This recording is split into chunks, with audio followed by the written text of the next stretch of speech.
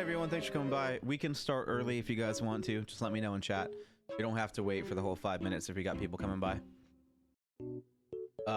While you guys were away, while I wasn't streaming, I went ahead and and did some preliminary mag sizes to get a basis of what is going on with them and to help give us a bigger picture about what we're doing now that we finished head, body, and limb damages. So mag sizes felt like it was the next best thing to go into. I'm pretty happy with where they're at, but feedback will be needed. Lots of feedback will be needed because this is especially for the Archimedes 10. The new gun that I'm designing as a light ammo LMG, that's basically if the R99 was a light machine gun, it's a 26 shot kill,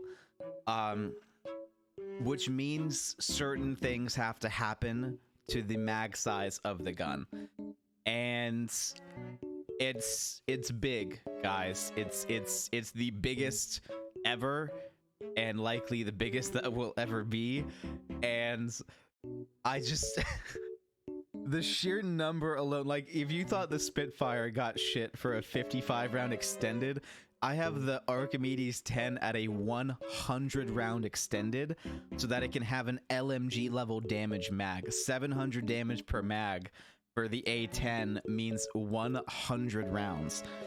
And like, fuck, man, like it's twice the current Spitfire, and it doesn't even shoot for as long in sustained fire. In sustained fire, it's still less time than the Spitfire, but I can just hear the complaints now. I can just hear all of the insults forming on Twitter, like just off of an Excel document saying 100. Just the fact that it would even conceptually get to triple digits, you know, but like it would mean giving the A10 an AR size mag for all of the downsides that it has as an LMG. The horrible ADS time, the horrible weapon swap time, the not great time to kill, everything. Like it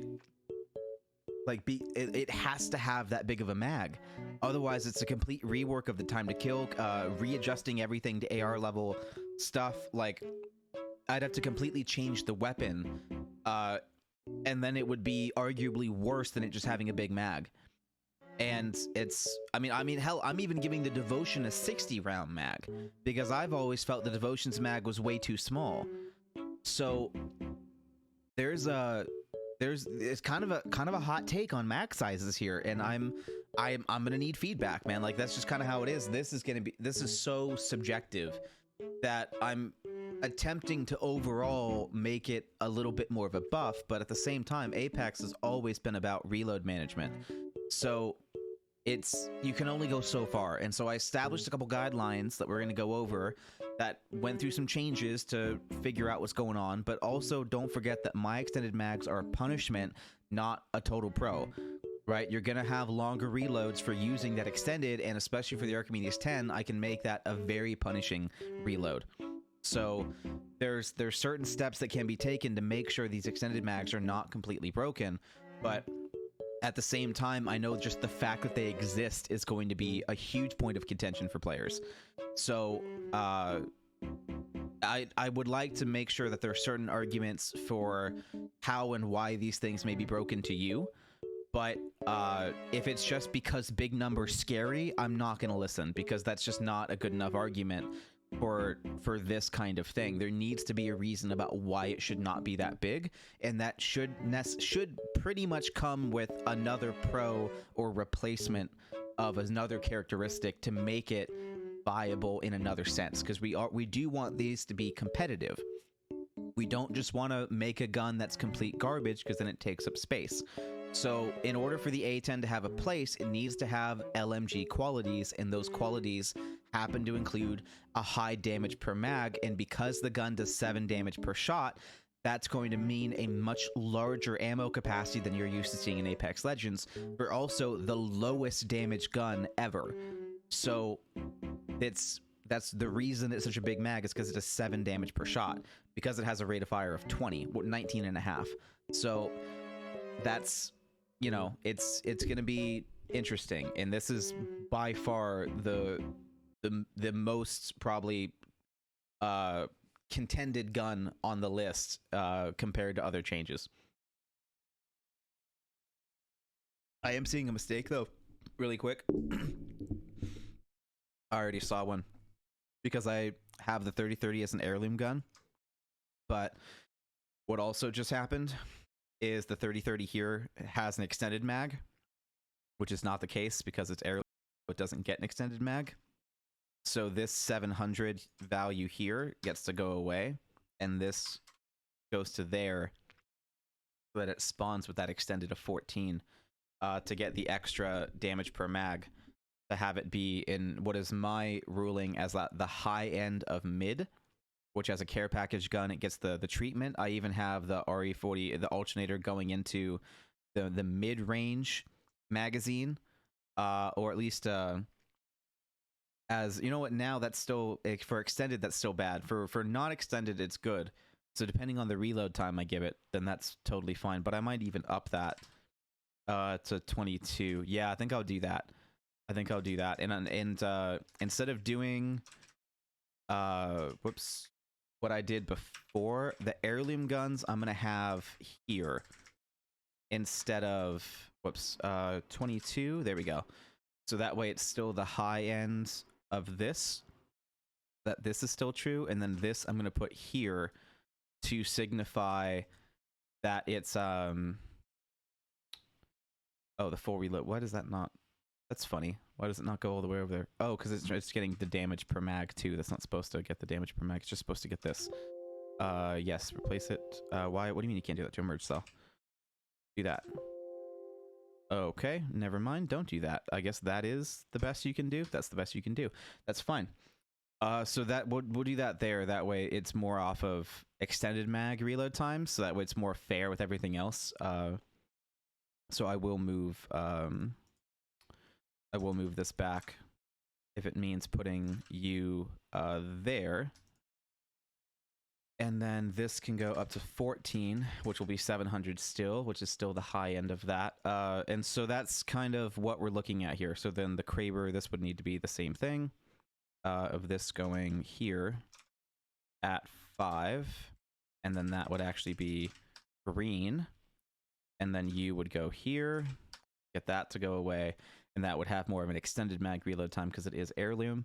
So that way I can focus on that. But anyway, this does give several buffs to current magazine capacities and current damages per max. So I guess we'll just hop right into it. So I went ahead and grabbed the chart from the class rules. If you guys remember this chart that we made where we planned out how pistols, shotguns, SMGs, ARs, LMGs, DMRs, and snipers should feel. And then we went ahead and assigned a generic 1 through 5 value to all of those guns and categories to make sure that they averaged around mid borderline power. So a 3 is that they're just like super average and basic compared to the rest of the guns in the game. And then below a 3 would mean that they're doing really good, that they have situational amazing use with some downfalls everywhere else. Above a 3 means that they're just below average and that they have some situational uses, but generally speaking, they're not going to be great. And so we saw DMRs and snipers being generically below average. We saw, I think we had some pistols, some shotguns and SMGs being generally above average. You know, the ARs, we just put 3 on everything, so this is a dead middle. These were around a 3, really close to a 3, I think within 3.2, and then the pistols were just kind of where they landed. And so part of the categories that we went over was mag size and damage per mag. And so I took those 2 values here, and we took that into the reload time to kill here. And we made a little chart here with the same values of, well, actually not quite the same. This I switched. I went shotgun to smallest, and then I went pistol to small. And so we took those characteristics here, and we were assigning that, and then we went ahead and for the damage per mag, at least, not necessarily mag size, mag size was still in the range, but the more important stat here is the damage per mag. So mag size is still going to have something to do with that, because it's going to help us figure out if we should have maybe like above or below 40 shots, or above and below like 20-25 shots. But most of it is going to be in damage per mag, and so we went ahead and assigned values for damage per mag. And that's what all this color coding is that red is really low, orange, yellow is average, and green is really good. So if you see something that's in green, then that just means that it is on the large end of damage per mag for either standard or extended mags, and that you can see we have some crossover here as well. So extended, it's not like by class there's not any like so there's like an AR with an extended mag could have the same damage per mag as an LMG on pickup, that kind of thing. Like that's the crossover that we're talking over. So in fact, I would argue with my mag sizes, it's common for an AR with an extended mag to have more damage per mag than a base LMG.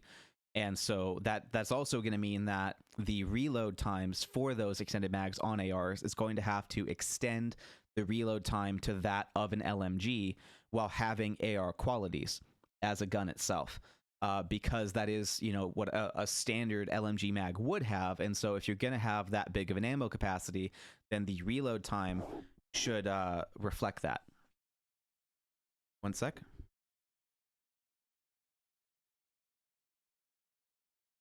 Had one too many poppy peas, and it kind of flicked some stuff on my mic because I wasn't swallowing my spit. So anyway, that's what we're looking into. So the same thing with SMGs. If you're gonna have an AR level magazine at like 450, that's getting into AR territory. Not quite AR territory, but barely cutting the bottom half of that category. Then you're going to have a slightly faster reload time, somewhere maybe between 60% of the way to an AR with a standard mag, so that you have the characteristic downfall of that, maybe even longer than a standard AR mag for SMG specifically, so that you have that trade-off of getting the extra damage per mag, but having a significantly longer reload. Because you're going from the R9 at 286 damage per mag, which is going to be relatively hard to one-clip people. That's only 100 more damage per mag than what it would take to kill a level 3 player in my game, or 86 more than currently. And so I think the R9 currently does 11 damage and has a 20 round base mag, so it has 220 damage. So it doesn't even have enough to kill a red player in one mag. So that's kind of an issue for me. So if I only did health pool changes, then it leaves you like right there, but you can only miss like 2 rounds, maybe three rounds. Yeah, you can miss 3 rounds of an R9 mag before you have to reload against purple armor. So if someone gets purple off drop and you get an R9 off drop, you better basically hit every single shot. You're not going to be able to do anything less. Especially because of how fast the rate of fire is, the odds of you stopping at the same second that you get the kill, it's going to take you a whole mag, guaranteed one reload per kill, at least. So for me to be able to extend that to 22 rounds and get the extra damage, and plus the extra damage per shot because I'm decreasing the time to kill, that is going to allow a much bigger margin with the regular magazine. Something that if we go to the full extended mag, that's the 297 is their damage per mag as level 3 with the R9 currently. My standard magazine is at 286, less rounds, remember, it's still 22 rounds, so it's going to empty just as fast as the white mag does right now, but the damage per mag will be roughly the same as the current level 3 mag. So it can take on the same amount of damage. It has the same forgivingness as the level 3 extended. It just doesn't fire for as long. It's going to fire for the same amount of time as basically a base R9 mag would. It just means that you can take on that individual person, which is a lot more leeway, because your shot to kill is going down to 14 versus at 11 against 200. I believe that's a 17 shot kill is what we ended up saying. 200 divided by 11. That's an 19 shot kill. 200 divided by 11 is a 19 shot kill. I don't know why the damage per mag didn't follow that. That's really weird. But it's a 19 shot kill, meaning that you can miss one round on a base R9 mag, and on mine, it's quite a bit more than that. So it's giving the R9 more leeway, and then it's giving it even more leeway, getting it to almost take on two people at red, but in my game, two people with purple. But the downside of that is going to be the reload time. You're gonna have a much longer reload time, because 360 is what's needed to take on two people perfectly. So it's still going to require an immense amount of accuracy. It's by no means going to make 1v2s necessarily possible with the R9, but this will definitely turn, like, if you're the kind of player that reloads often, you're not going to want to take the extended mag. But if you're the kind of player that will go an entire fight without reloading until you really have to, and you want to be able to get that extra time firing to really focus that last person, then this could definitely end up saving you more than it kills you. But you're going to be looking at least a whole nother second added to the reload time to be able to do that with the R99. And you know, the Alternator is going to have a fairly long reload time. The Prowler is going to go through the same thing, because the Prowler I'm letting take on two people with red, which would be 400 damage in my game with a little bit of room to spare. So I think 27 is the bare minimum. Yeah, 27 shots would be the bare minimum. I give an extra 3 shots to take on that. So you still have to have almost perfect accuracy. It's not like it's going to be, you know, anything crazy. The RE45, it can barely take on two people with purple. It can't take on two people with red, so endgame not going to be as viable. The Volt can barely take on two people with red. The Alternator can barely take on two people with red. The R9 cannot take on two people with red. So that's kind of where it's coming down to. Those are where the mag sizes are going to be bigger for sure, but there's a cost to that. It is a longer reload time. I don't want to go as far as adding in more to the ADS time, but I think with a sufficient enough reload penalty, that would be more than enough. So to allow for slightly larger base mags, to make it more of a choice, so that if you want to be that down and dirty fast fighter that is very accurate and is willing to count on themselves being very accurate, and you don't expect to come into many 1v2 scenarios, then the non-extended mag is going to be your way to go. But if you're frequently running into third parties, if you're doing all that kind of stuff and you want to have that fast killing gun be able to kill longer, or you're just inaccurate and the reload is killing you, then this will make your gun more viable, but it will cost you time in fights, and that is something that you don't always have.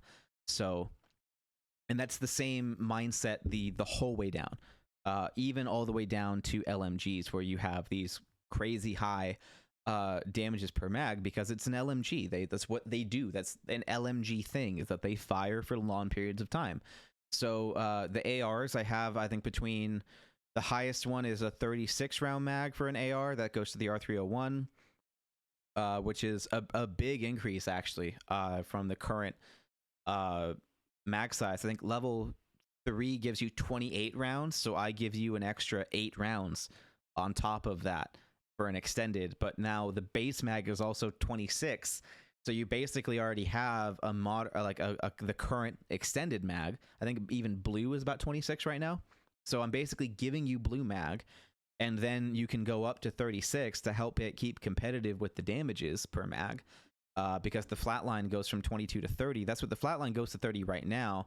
It just doesn't do 20 damage per shot. I think the flatline does like 19 damage per shot actually. So it's super similar to what the flatline would do and does do with a 30 round mag. It's not like that's not a thing in Apex. I don't want that to be like the misconception. It's not like Apex doesn't have this as a thing. It's just very rare for that to be a thing. And so that's why some people might prefer the flatline over the R301. It has more damage per mag. To the body, it does 19. So that's not much different. I can show you right now what that would be. The flatline at 19 with a 30 round mag, it's 30 less damage. That's not super significant, you know. So making it go from 19 to 20 and keeping the 30 round, that just means that the R301 has historically been really far behind in damage per mag, and I just make that gap a little bit closer, you know. If you wanted to look at what the R301 does right now to the body, we can do that. So the R301 does 14 to the body, so it's the same damage for me. I have it at 14.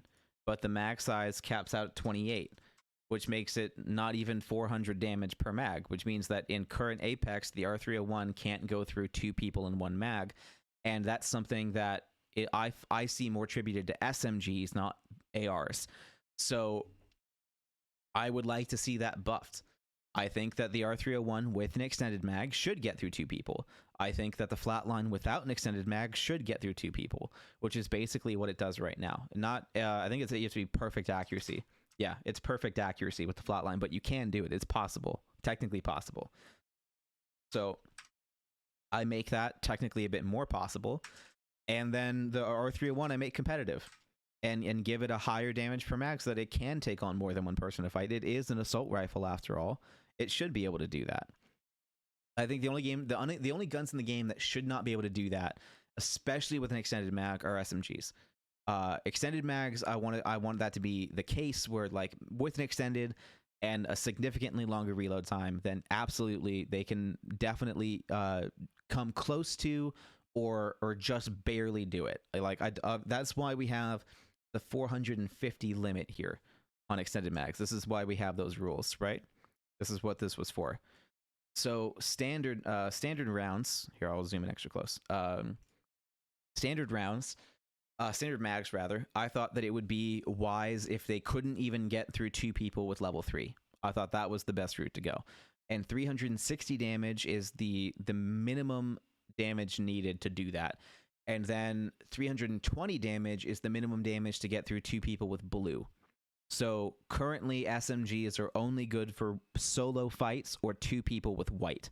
And then they have, I think, 20 damage, 40 damage left over to deal with that. So on drop, on pickup, they can deal with 2 enemies, like basically only on drop. And if one of them picks up blue, then they have to reload. So you can't 2v1 with SMGs almost at all without an extended mag, and definitely not on drop, especially if one of them gets lucky with body armor. So that was the mindset behind that. It's a very limited magazine, still going to be reload heavy, not by any means changing how the SMGs are used in Apex. Extendeds are where that philosophy ends. Extended mags would definitely help change how SMGs are used, and I think that would be for the better. Especially because of where I would like to have shotguns and how I would like to have them have similar time to kills, and especially just off of the damages per mag that shotguns have. Shotguns have this level, especially this level from 350 to 500. That's where shotguns live. In fact, some of the shotguns get up to 6.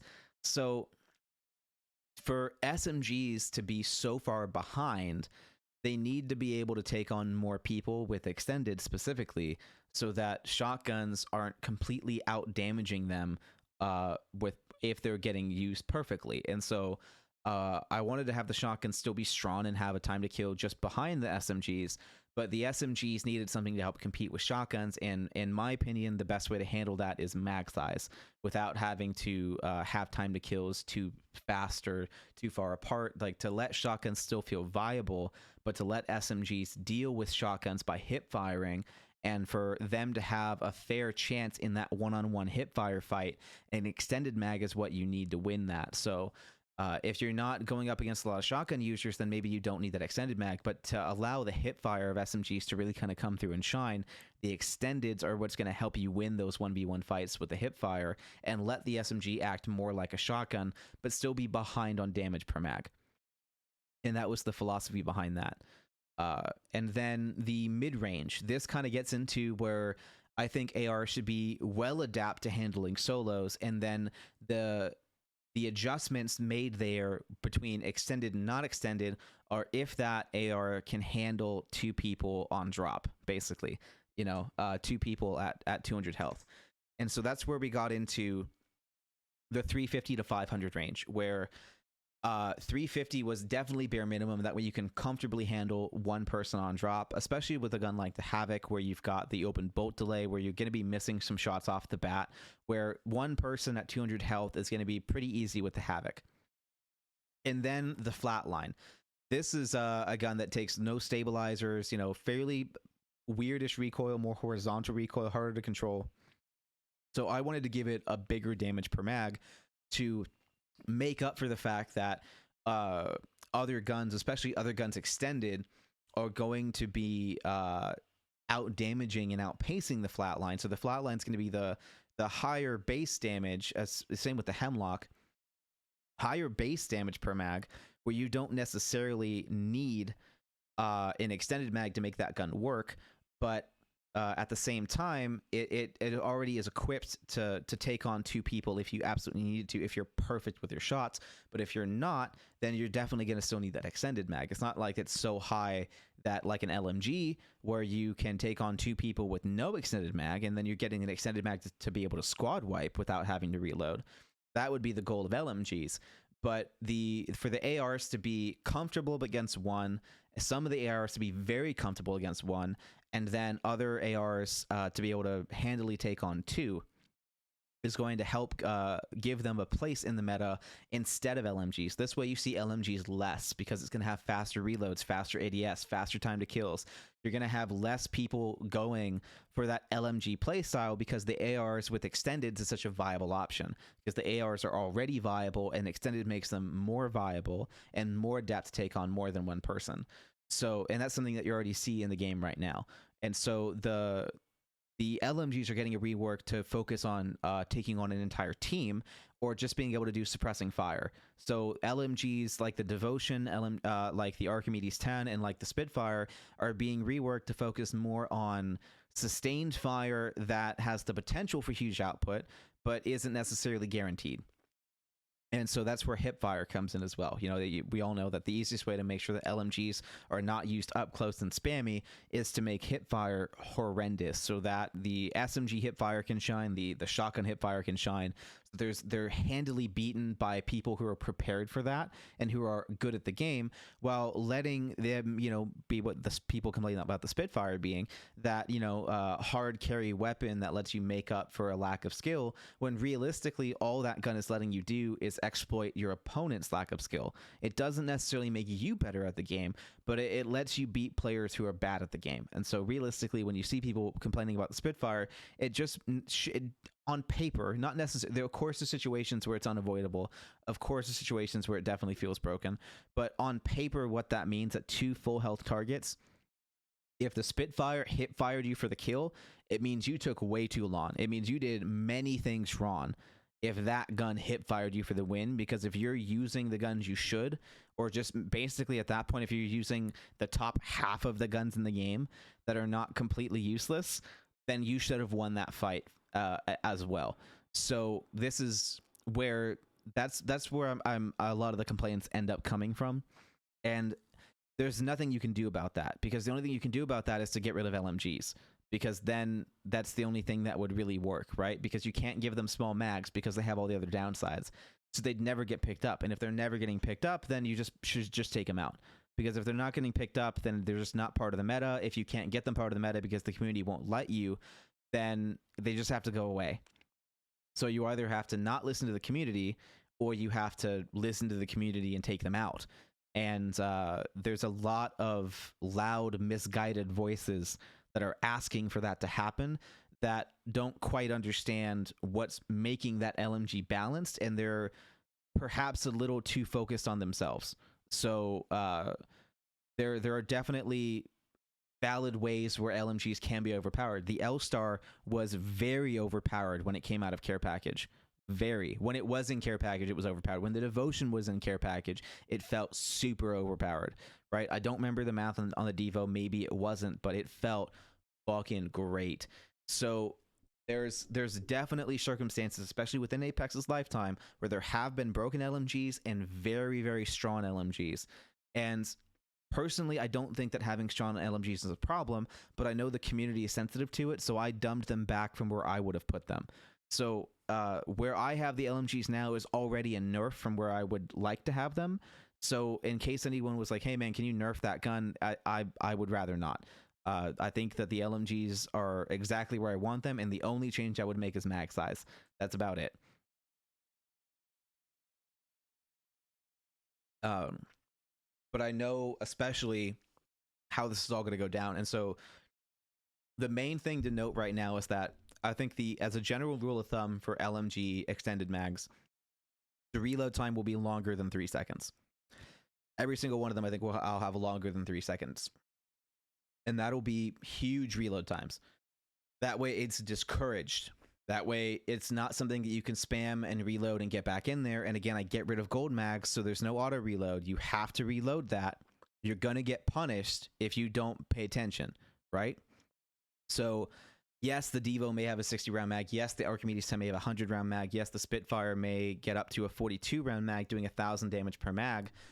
But there's no way to circumvent that now. There's no way to put it in your hip and then pull it back out later, ready to go. It's you either take the 3-second reload or higher, or you hit what you're trying to hit, right? You either do well with it and not have to reload, or if you need to reload, you're probably going to die. Because unless you're from a far distance, unless you're a defensive legend that can buy yourself time, or hell, even an Octane or Pathfinder that can grapple away to buy yourself time, you're now having to choose between reloading or healing. There's not both anymore. There is no more popping a shield bat and reloading your Spitfire at the same time, because gold mags are gone. So that's not going to be a thing anymore. So that alone is going to be enough of a disadvantage. Where if you're looking at and now the same time of a med kit to pop a shield bat and reload your gun, when right now, especially if you have gold mag, it is that amount of time. It's just the 5 seconds, because using a shield battery counts as stowing your gun for a gold mag. And so if you absolutely have to keep gold mags in the game, right, if you love them, if you don't care about what it does to the meta, if you don't care that it shifts away from the reload focus gameplay that Apex has been known for up until this time, then the one change that you would have to make, in my opinion, is to remove the healing as a stowaway time. Right, that would be huge. To take away healing as part of the gun being stowed away for that 5-second period, that's a huge change that I would make. Or at the very minimum, if that isn't something you're willing to do, 50%. Right, just to make it so that you can't pop a shield bat and reload, because it's the exact same amount of time. You know, and even if you just made it 6 seconds instead, that doesn't quite fix it. Right, it does a little bit, and it's super easy fix. Like that could be an easy change too, but it doesn't quite fix it. And 5 seconds is a pretty good amount of time. So like but also with the typical engagement times of Apex, like 5 seconds isn't that much time. And so the gold mag isn't necessarily something that's making you reload after a fight to help you. It's something that's helping you consistently win fights because you swap to your other gun for long enough. And that's what I'm not liking. Like, if they could increase the time to like 10 seconds, and that would make a huge difference. And then you wouldn't have to worry about the shield battery not counting. You wouldn't have to worry about the half time.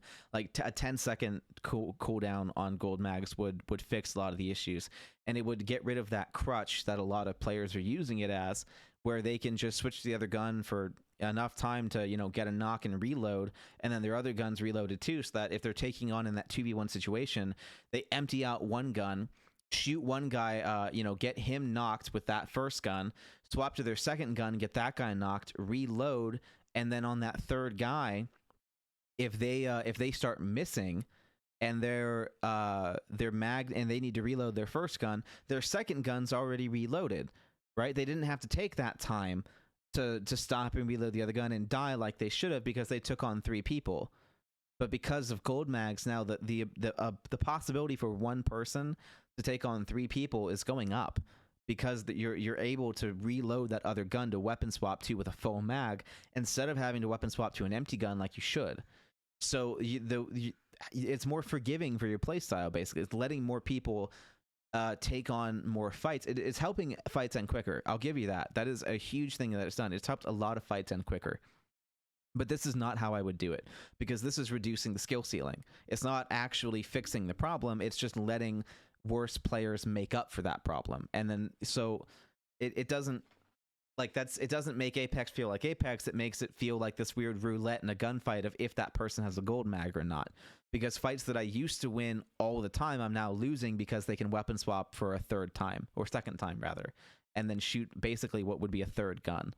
So that's not what I'm loving about this, So to remove that aspect from the game entirely would be fantastic.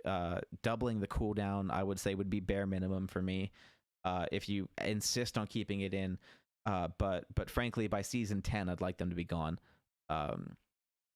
and go back to where it was before, and that way you can have strong LMGs that compete in the meta with ridiculous reload times that people won't want to put up for, that will get them killed, without it. Basically what ended up being a huge buff for the Spitfire.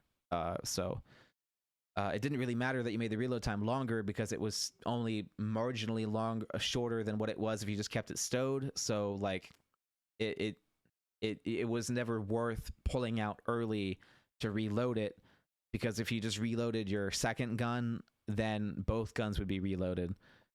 So it kind of negated the reload nerf, because it just made it an RNG issue versus like an actual balance change. But anyway, I think that's probably enough on that topic.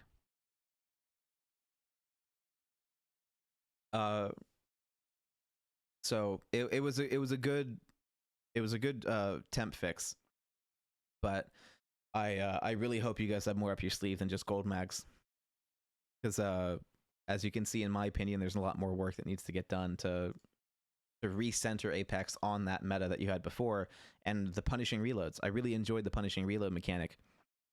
The issue for me was always that the shots to kill and the mag size were so close together. Is that it was too punishing, and so gold mags help fix the fact that it's too punishing, but the bigger issue is that it's too punishing, not necessarily that you needed a loot item to patch it, so anyway, so that's the rules that we went by. We went ahead and gave snipers like LMG level stuff, and again, this is mostly because, just to go over balance reasons why I gave snipers such big mags, it isn't because I want snipers to be so strong, but it's because they are completely unprepared and unequipped rather, to take on close range engagements. So the reason that snipers can do well is because they can capitalize on distance and time, and forcing a sniper to reload is what is going to ruin their advantage. And so in order to give the snipers a longer reload time similar to LMGs while maintaining their effectiveness, it means they need to be able to sustain fire for a longer period of time. Otherwise, it means really fast reloading snipers, and that's not going to feel good to you. So in order to keep snipers as slow reload and to give them huge disadvantages up close, and force them to be used at range or not at all, then this is what that means. It means having magazines that can take on 2 people handily, maybe even 3 people sometimes, with extendeds that can definitely take on 3 people to sustain that time of fire and keep people pinned behind cover and make them unable to close distance, because that's what snipers are for. So they need to be good at that. That's what it comes down to. They need to be good at that, or they need to leave. So I'm gonna let them be good at it, and if the community doesn't like it, then I would take them out, because frankly, for how I'm developing the snipers, there's already so many compromises that if they want it even worse than this, I'd rather just remove them, because this for me is like bare minimum usage. Like if they're not at least this, then I'm just gonna keep not touching them, and if I'm gonna keep not touching them, they might as well just not be in the game.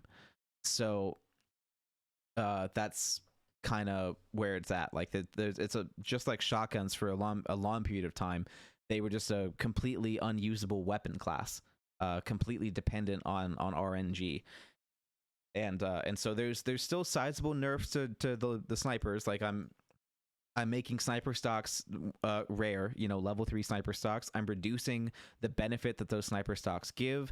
I increased the ADS time on the Sentinel to 600 milliseconds. There's a lot of changes in here that make it that bit that it is that so it will feel strong, but it will also feel horrible as well. This is what I mean about them being a 3.5, is that situationally they're going to be fantastic, and then up close they're completely outclassed, which is how it should be. It should be that way. So up close they're completely outclassed. If you force them to reload, they're done. Like, they have to rely on their second gun.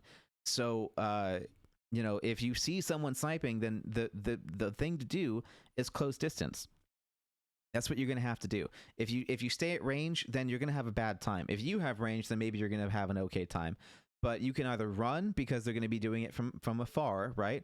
And on top of that, because it's going to be from so far away, it's going to be really hard to close that distance. It's going to take like Valkyrie to close that distance. So there's a lot of stuff that's going to be going on here that's going to be a lot more nuanced and strategic than just you know, pushing with a jump pad and calling it good, because now the range that will be happening at is far enough to take 2 jump pads, not just 1. So that's, you know, it's going to take more than just that one legend to shift the tide and pounce on the sniper and make them get that disadvantage. But at the same time, the disadvantages are getting worse. They're getting more disadvantages, longer disadvantages, and stuff like that. So this, you know, these would also have, you know, 3 seconds, you know, reload times, especially for extendeds. These would probably have maybe even 4-second reload times for this, and then like probably 2.5 to 3 second reload times for base mags, to really make them take that extra bit, so that the close range guns can just completely shine through. Even ARs to shine through. That's the goal. And this is those are the values that we used to get to there. So remember that in my version, the health values go 140, 160, 180, and 200. So there's that. Everything is balanced around 180. So these are the most important values here. You know, 180, 360, and what would that be? 540. Those are the 3 most important values. That's, you know, 1 person, 2 people, 3 people. So you know, 540, you know, this extended mag range, these 2 guys extended can take on close to 3 people. You know, this is going to take near perfection. This is going to have some wiggle room, and then, you know, obviously the further that you go from here to here, the worse the reload time gets. So like super fast reloads, super long reloads, and that's what we were getting at now. So that's what we did here. And we have some preliminary mag sizes for the shotguns too. You know, again, these are close range guns, but they're in more the mid range, which is why we have these guys so high, to be able to compete with the 500 to 600 damage per mag. Right now, the PK is around 500, but I was considering giving it 6 shots. It's going to depend on how we balance that gun in the future. We haven't done any of that yet. So there's all of that there. And you know, these guys reload a shell at a time. This is a straight mag, so this guy's going to be a bit more like them. Mozambique is going to be more like the Wingman, where there's only 1 reload animation. For those that don't know, the Wingman has the same reload time whether you shoot all the rounds or some of the rounds. So there's that. So that's going to be staying as well. The Wingman I have at pistols, which is, you know, low. This end here. So it's, you know, 6 to 10. You know, so it's an increase to its potential for sure. But again, longer reload time if you want the 10, faster reload time if you want the 6. You know, more SMG reload time with some AR qualities and pistol qualities mixed into the Wingman. So that'll definitely be a fan favorite gun again for sure. It's gonna feel pretty good. Yeah, the Spitfire, don't panic if this is your first episode here. 26 damage is high, yes, but the rate of fire is cut back from 9 to 6.5. So it is not nearly as forgiving, and in order to make the time to kill competitive, I had to increase the damage. So this is in order to make the time to kill competitive. It does not have a huge headshot multiplier, so it is by no means going to be destroying people to the head. It still has a very slow time to kill to the head. We can look at that right now. 1.35 headshot, right? So it's a 6-shot kill to the head, which is a 1.22 second time to kill. not slow by any means, but compared to the rest of the stuff in this game, it's behind. Or not in this game, but in my build, is behind. Still behind SMGs to the body by a significant margin. So it's by no means gonna, shred or beat SMGs in my build compared to their body shots. So it's gonna be harder to use for sure. I think I have it doing 32 damage to a level 2 helmet. That's not a huge increase. It's doing 26 to fortified with level 3, which is the same as a body shot to a regular person. So, it's not going to be, completely unrealistic or totally out there. It's not that bad. And I believe it has a pretty similar limb fall off as well. Spitfire, similar limb reduction. It's going to take an extra 2 shots. Or I think it's 7 shots to the body, 7 shots to the body, 8 shots to the limbs, and 6 shots to the head. So that is the damage profile for that. So it's an extra shot if you don't hit enough chest shots, kind of thing, and stuff like that. So we have to go into exactly how many shots it takes to raise or lower that time to kill. It's not super variable, so we might make it more variable, but I really am enjoying the where is it? Here we go. The chart here. This is looking even better than my first graph, and my first graph I liked more than current Apex. So for this chart to be even better than my first chart, that's a pretty good sign. I'm really liking and happy with where this is going, and where this balance ended up lying. So I would consider making the LMGs be a more skill weapon for sure, but I don't want to have some guns that are like significantly worse to the limb than they are to the body and head. Like it would just make some kind of weird long time to kills for no particular reason, and it wouldn't make sense. Like it just wouldn't feel fair versus it feeling fair and also like being a disadvantage. That's what I'm worried about, is because there's some guns that just don't quite feel fair compared to other guns in Apex, and I hope that I have relieved some of that stress. So just to remind everyone what this chart means, the gray line in the middle is the body shot, the white line on the bottom is the headshots, and the dark gray line on top is the limb shots. So that's what that equates to. These are the shotguns that we need to factor in. I have a hard time with shotgun balancing, so I'm doing that part last. But this is all the work that we did so far. These are the other time to kills are just too high up on that graph to want to plot, and it makes the printout kind of small, so we didn't. Even that one's not quite in at 2.75 versus 2.85, but close enough that I don't really care. So yeah, there's that. So to cover the effective ranges that we're hoping to see these weapons at with velocities is like 0 to 30 meters for SMGs and shotguns. We're hoping to see 30 to 80 meters for ARs and LMGs, and then 80 to 150 for DMRs and anvil rounds and stuff like that, to help the range guns kind of shine through a bit, and then snipers to be able to handily accept targets from like 150 to 250, maybe even 300. Definitely losing some oomph at 300, but still fairly manageable.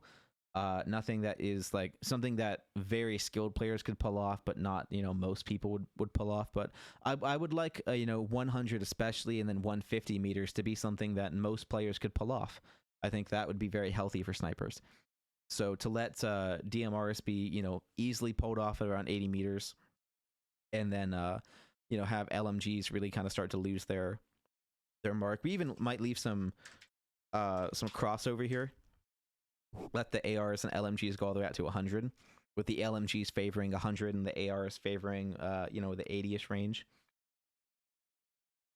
And definitely have the DMRs end at 150. Like, not a lot of usability out at 150, for sure. And kind of go from there. So this is a pretty good mid range. This is definitely getting into mid to long range, doing very well. This would technically do fantastic all the way out to 50 meters. So the 30 meter is kind of like a weird, like, lie. Like, it's just where you would want to use it because of where the gun would start to have an advantage, not necessarily because the gun can't do within that range. It's just that within that range, the next tier down is going to have the advantage more than the weapon class to the right. So that's kind of what we mean. So then to have this go out to like 250 meters is what we're hoping for there. And that's where we would like to see the engagement ranges go to. And so this is what I mean about snipers getting the buff to the mag size and the time to kill. If you didn't notice that already, it's a buff to time to kill for sure. It's not enough to have it beat anything up close, but it is a significant buff to the time to kill. And so it's because we want ranged engagements to go well. We want it to be more forgiving for people that miss, and for reloading to be very punishing for snipers, which is another reason to get rid of gold mags. Not that they really did much for the snipers, but it was at least a little bit. You know, if you had maybe anvil rounds and a sniper, then you could probably get away with it. In mid-range engagements. Especially the triple take, that's more of a shotgun. If you had the triple take and R301 anvils with the 2x, then in mid-range engagements you could use the triple take, put that away, and then plink with the anvils. And then if they got too close and you still had anvils on, you could just shotgun the triple take, and it was pretty effective. So is pretty effective. So that's where I would like to see this go. I'm trying to think about what's next as well. I'm honestly not certain. We need to get more into this, which is going to mean putting in actual reload times, putting in the time to kills, like that. That would be pretty easy that we could get into as well. We could start diving into muzzle velocity again, but this is a pretty chunky spreadsheet, and I'm not certain what I want to do here, and there's a lot of stuff to go over. So I'm just not totally certain. I think we might save muzzle velocities for another stream. Up top was the current muzzle velocities converted into meters per second, that you could see what the current velocities are based off of, you know, all this kind of stuff. I don't remember the names are all down here too. I think what we're gonna do is make a brand new chart, because this is just a nightmare to read, and I honestly don't even remember what's really going on here. So this will have to be a new chart, and this will have to do a comparison as well. So I'm gonna go ahead and copy this guy so that I can pair it up and get into what's going on here. Oh, whoops. I didn't hit make a copy, did I? I just clicked it. Bullet velocity, create a copy, okay. And we're gonna go into the second one and play with it a bit. See if we can get a good format going. First off, I'm gonna go ahead and do this.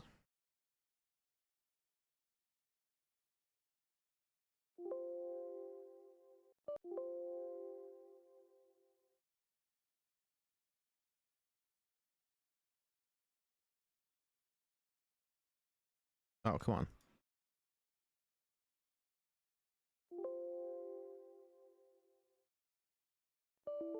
What do you mean? You're fine. You're fine. Really? Come on. Please just can you just copy paste? Come on, thank you. That's all I want you to do. Please and thank you.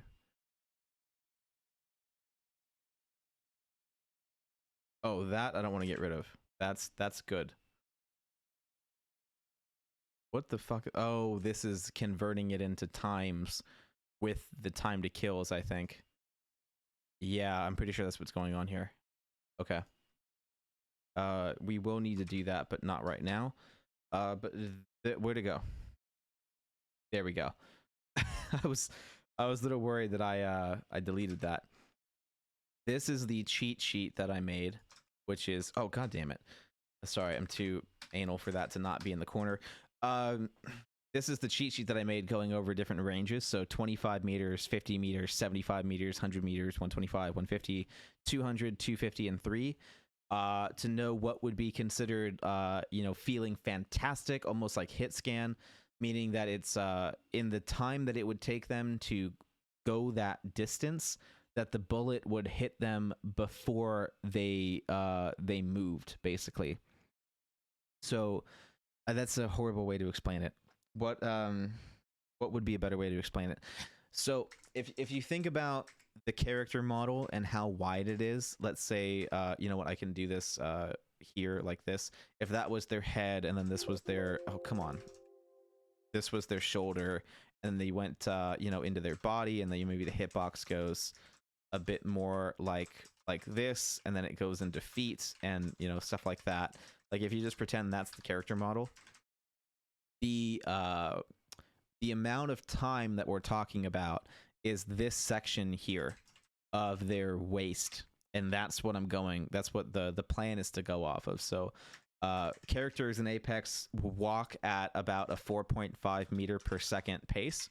And remember, this is going to go off walking, so that moving targets are going to be a lot harder, which is going to help affect the range values that we're coming up with. If we were going off sprinting speed, then these would feel fantastic and snappy, and most of you would probably complain that I'm turning Apex into Warzone.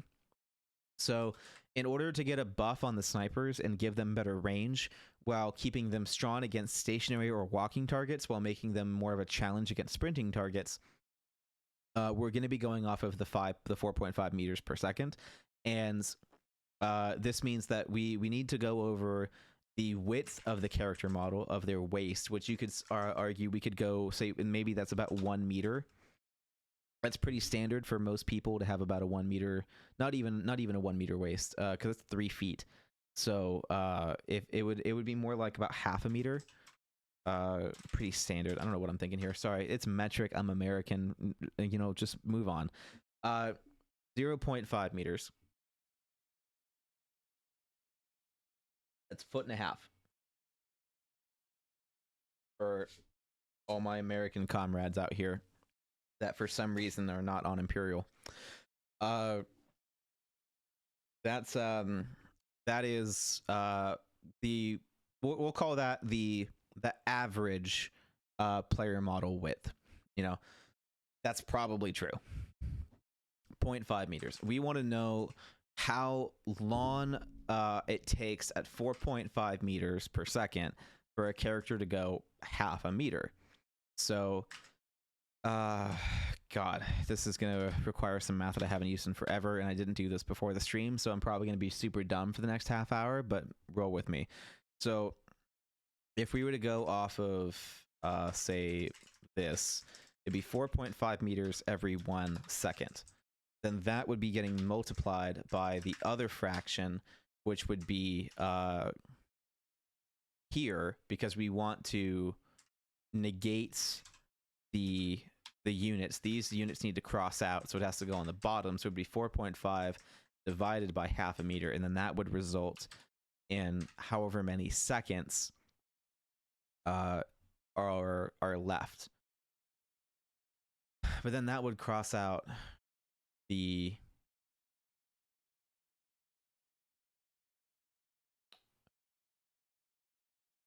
would be 1 over. Then wouldn't it need to be 1 divided by that number in order to get? I think it would have to be 1 divided by y in order to get the number of seconds. I think you'd have to divide 1 second. No, 1 second wouldn't matter.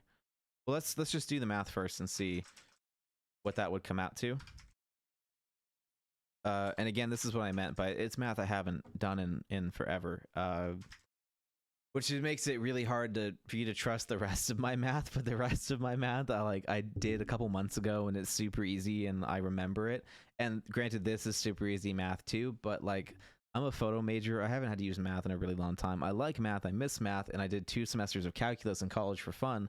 But that was in college. It's unfortunately it's been a couple years since then, and I would very much like to go back in those classes, but I'm not allowed to repeat them because I passed. So let's see, it would be 4.5 divided by this is gonna be wrong.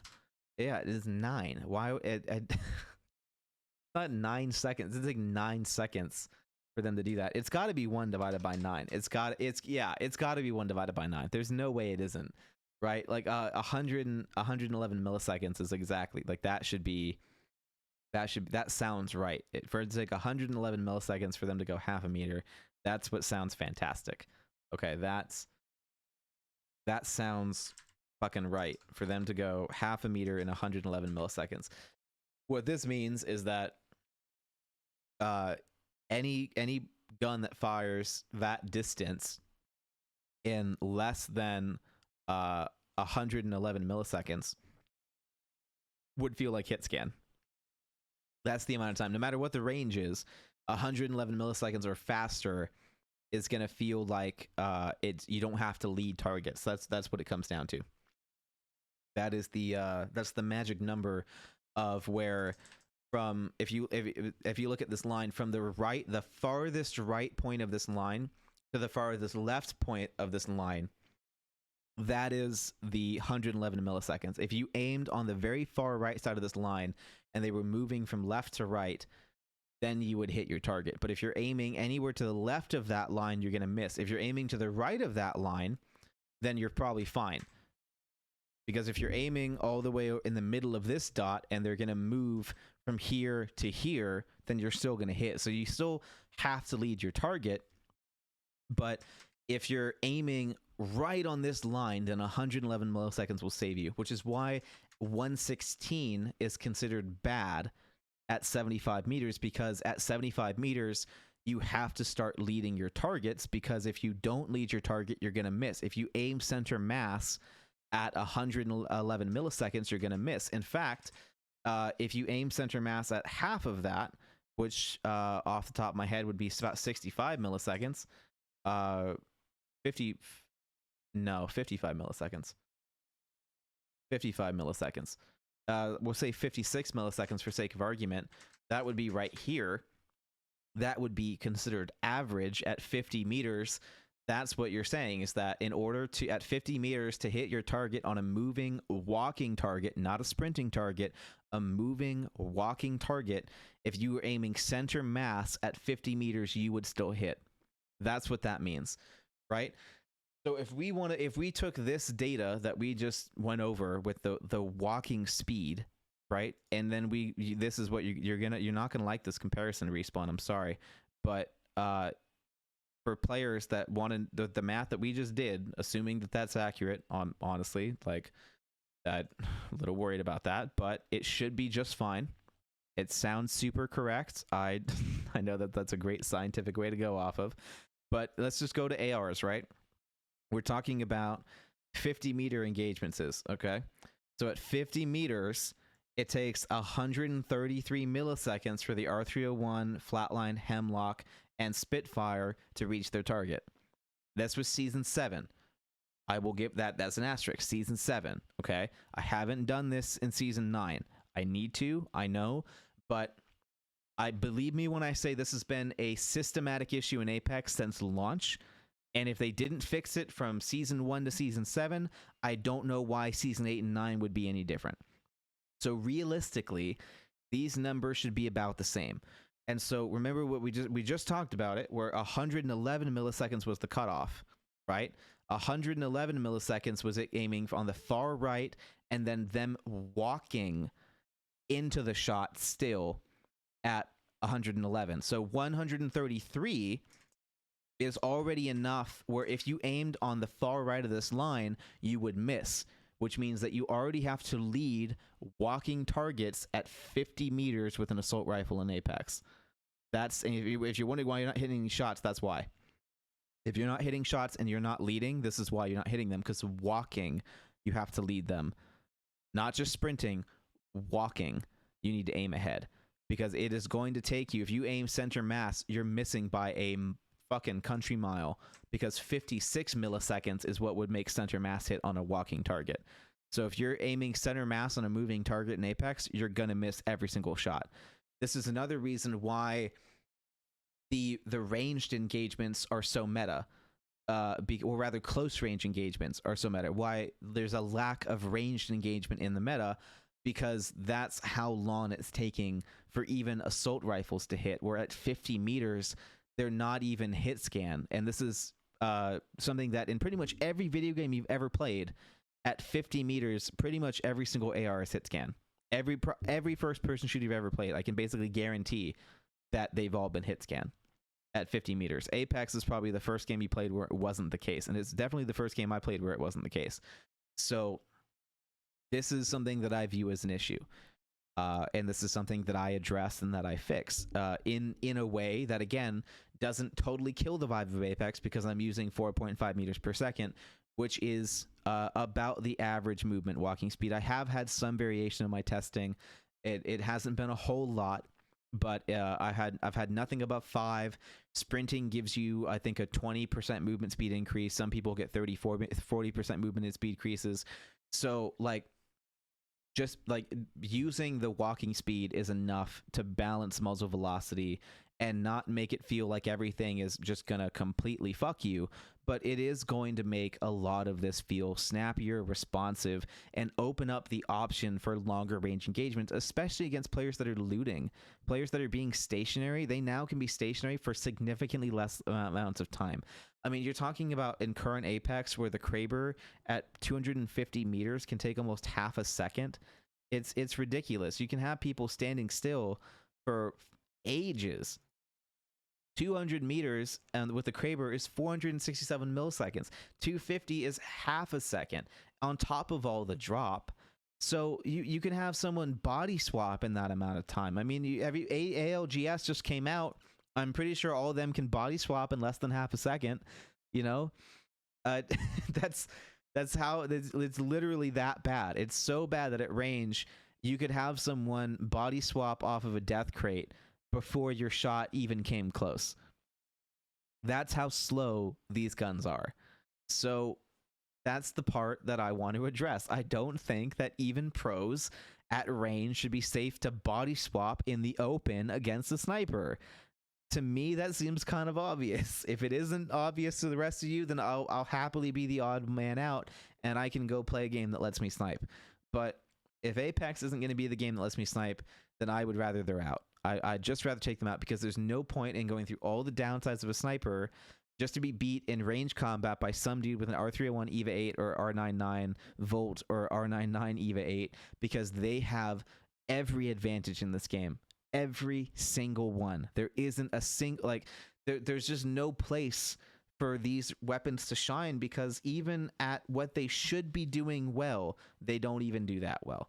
And this is something that I really want to change. And this is, by all means, what I would consider the best way. So, like, at 250 meters, what I would call bad is 388 milliseconds. Right, that's if you follow this, this still very, close range circumstance, because again, that 119 milliseconds isn't changing. Like, just because they're further away doesn't mean that it takes longer for that 111, right? So the 190 is considered good, even though realistically, like, 150 at 114 is what would be like fantastic and perfect. At walking distance, at walking speed, it's not just sprinting. But what this means is that at 250, it's the 190 just means it's a reasonable amount of lead, right? It's a small amount of lead. If you want to, consider the 300 meter 228, this would mean that walking, that you aim one character model ahead of your target, and that shot would hit if they're walking.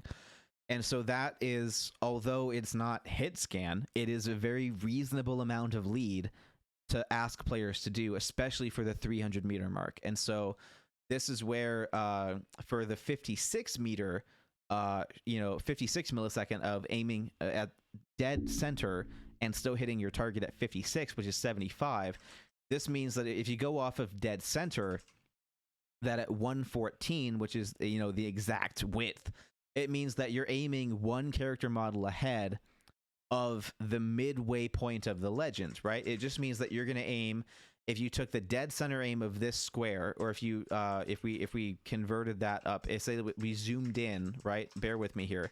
Let's say that we zoomed in on the character model, and this whole distance is now the half meter, then where you would need to aim, if this was your point of aim, you need to aim one character model ahead, or 3 of these squares, where now the K on this spreadsheet here, this is now where you're aiming all the way over here at 150 meters to hit a walking target dead center. That's how much lead you would need to have, which is a reasonable amount of lead.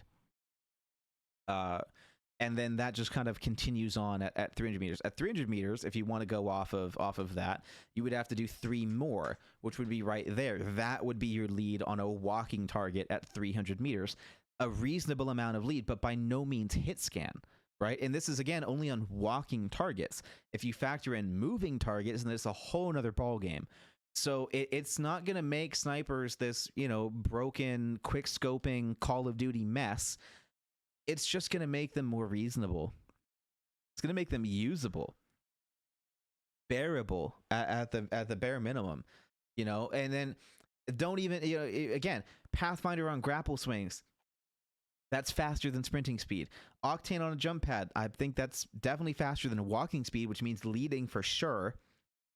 There's all these other things that players are doing that they're getting these movements. Think of Bangalore, right? Bangalore gets a 40% movement speed if you miss. So if you miss a sniper shot on the Bangalore, the next 2 seconds, which I guarantee you because of rate of fire, you will be able to get a follow-up shot off in 2 seconds. That next shot is going to have even more range, or you have to wait. And if you wait, then your time to kill is going to go down. So especially Bangalore, I mean, by no means at 150 meters can Bangalore not dance around sniper shots. Of course she can. That's just how it's going to be.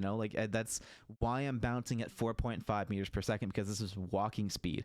Bangalore gets a 40% buff to sprinting speed, not just walking speed. So so just remember that there's many ways that Legends can get around this. The first and foremost is just to sprint, but on top of that, there's so many more buffs to movement that bouncing off of the walking speed is more than sufficient to make snipers impactful against defensive players, entrenched players, but not so impactful that closing distance is impossible.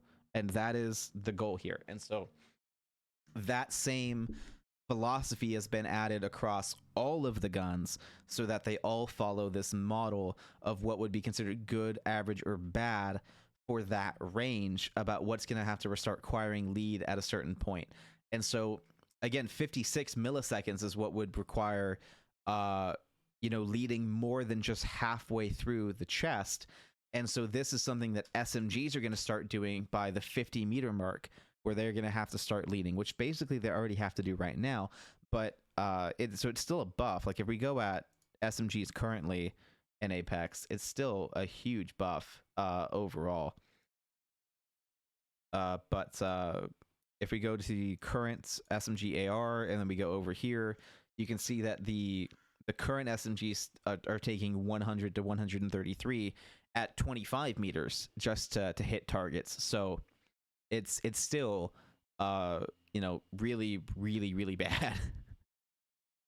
Because you have to lead targets even at 25 meters with SMGs, which is something I don't think you should have to do. So making them lead, well, actually leading by 25 is probably the best bet to go, but the main issue is that it doesn't really get much better. So maybe SMGs are perfect the way they are. I think that realistically, this is fantastic. That it gets more difficult like that, especially at the 100-meter mark. That's just asinine. So realistically, SMGs are probably the most well-rounded, but again, that's within 25 meters. Like that's still there is no gun that within 50 meters doesn't have to start leading targets. So there's that as well. What is that? What happened to you? That's annoying. Okay, so yeah, 50 meters, all of these have to lead, right? We talked about that. 100 meters, they all have to start leading pretty hard. 150, they fall apart, which is totally fine. That's a pretty huge fall apart, but still. That's just kind of how it goes in this. There's not really any gun that goes faster than 100 milliseconds, and you know, you do your best, but it's pretty hard to count frames. You know, the projectiles are pretty small, stuff like that. So, you know, if anything has a shot at being like really good within 25 meters and what the gun probably should be in the first place, it's SMGs. But anything past 25-meter engagements, it's just like nothing but lead. And it becomes really, really difficult to make any effective challenge out at those ranges. And you might be thinking, well, what about anvils?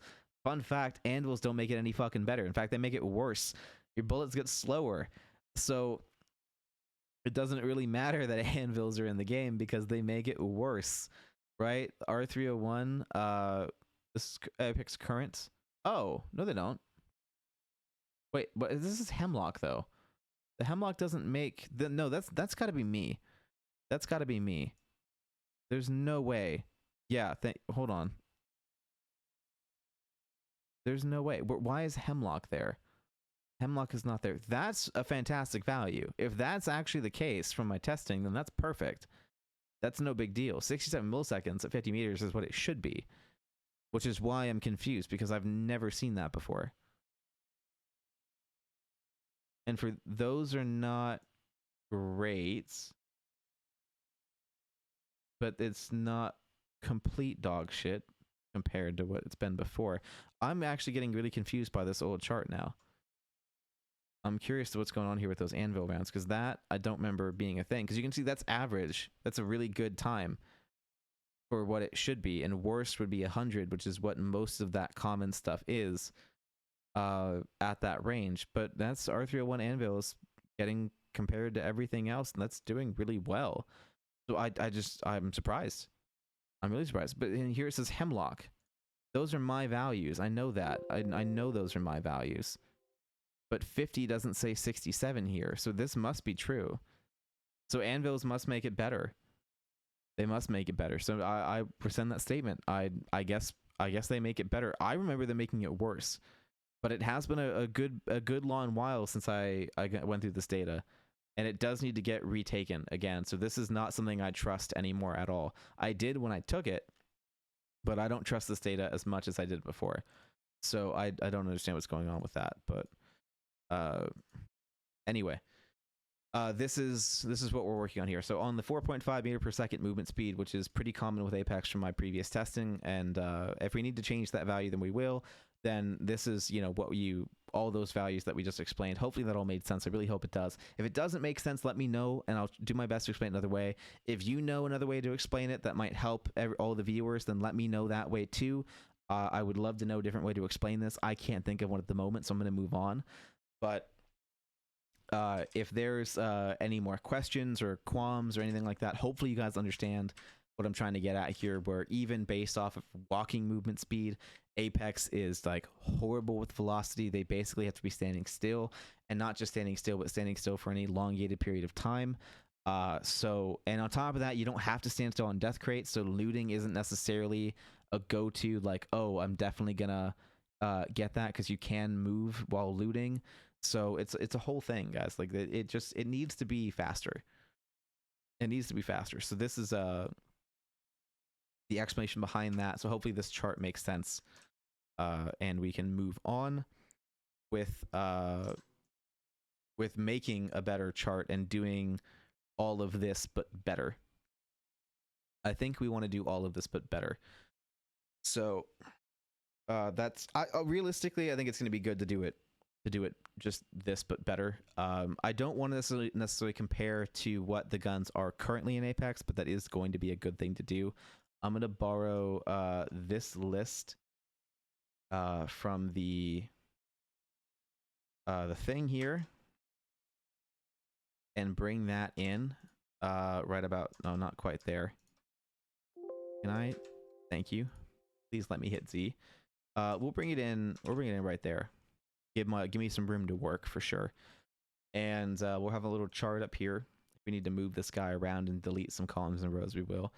But this will be the gun for sure. We'll do gun name to make that stand out a bit more.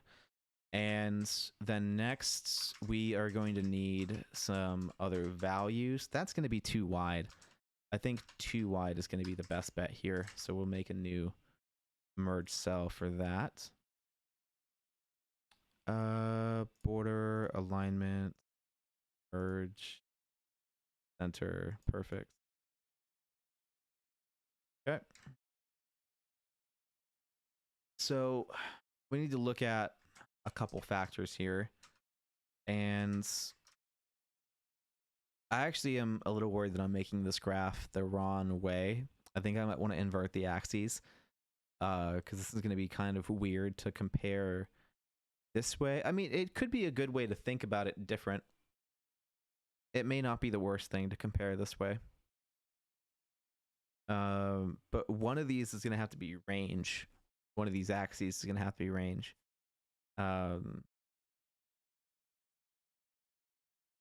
So I think we'll probably create an additional x-axis. Can we do that? Not really, huh? No, not really. What are we gonna do here? Let's look at the other chart to get some inspiration for what we might need to do, because we need to do two different conversions. We need to deal with the meters per second, and then we need to convert that into time to make sure that the time is doing what it needs to. And on top of that, those times need to correlate with 60 FPS, 30 FPS rather. 1 second, I heard something in the kitchen. I'm gonna go deal with that.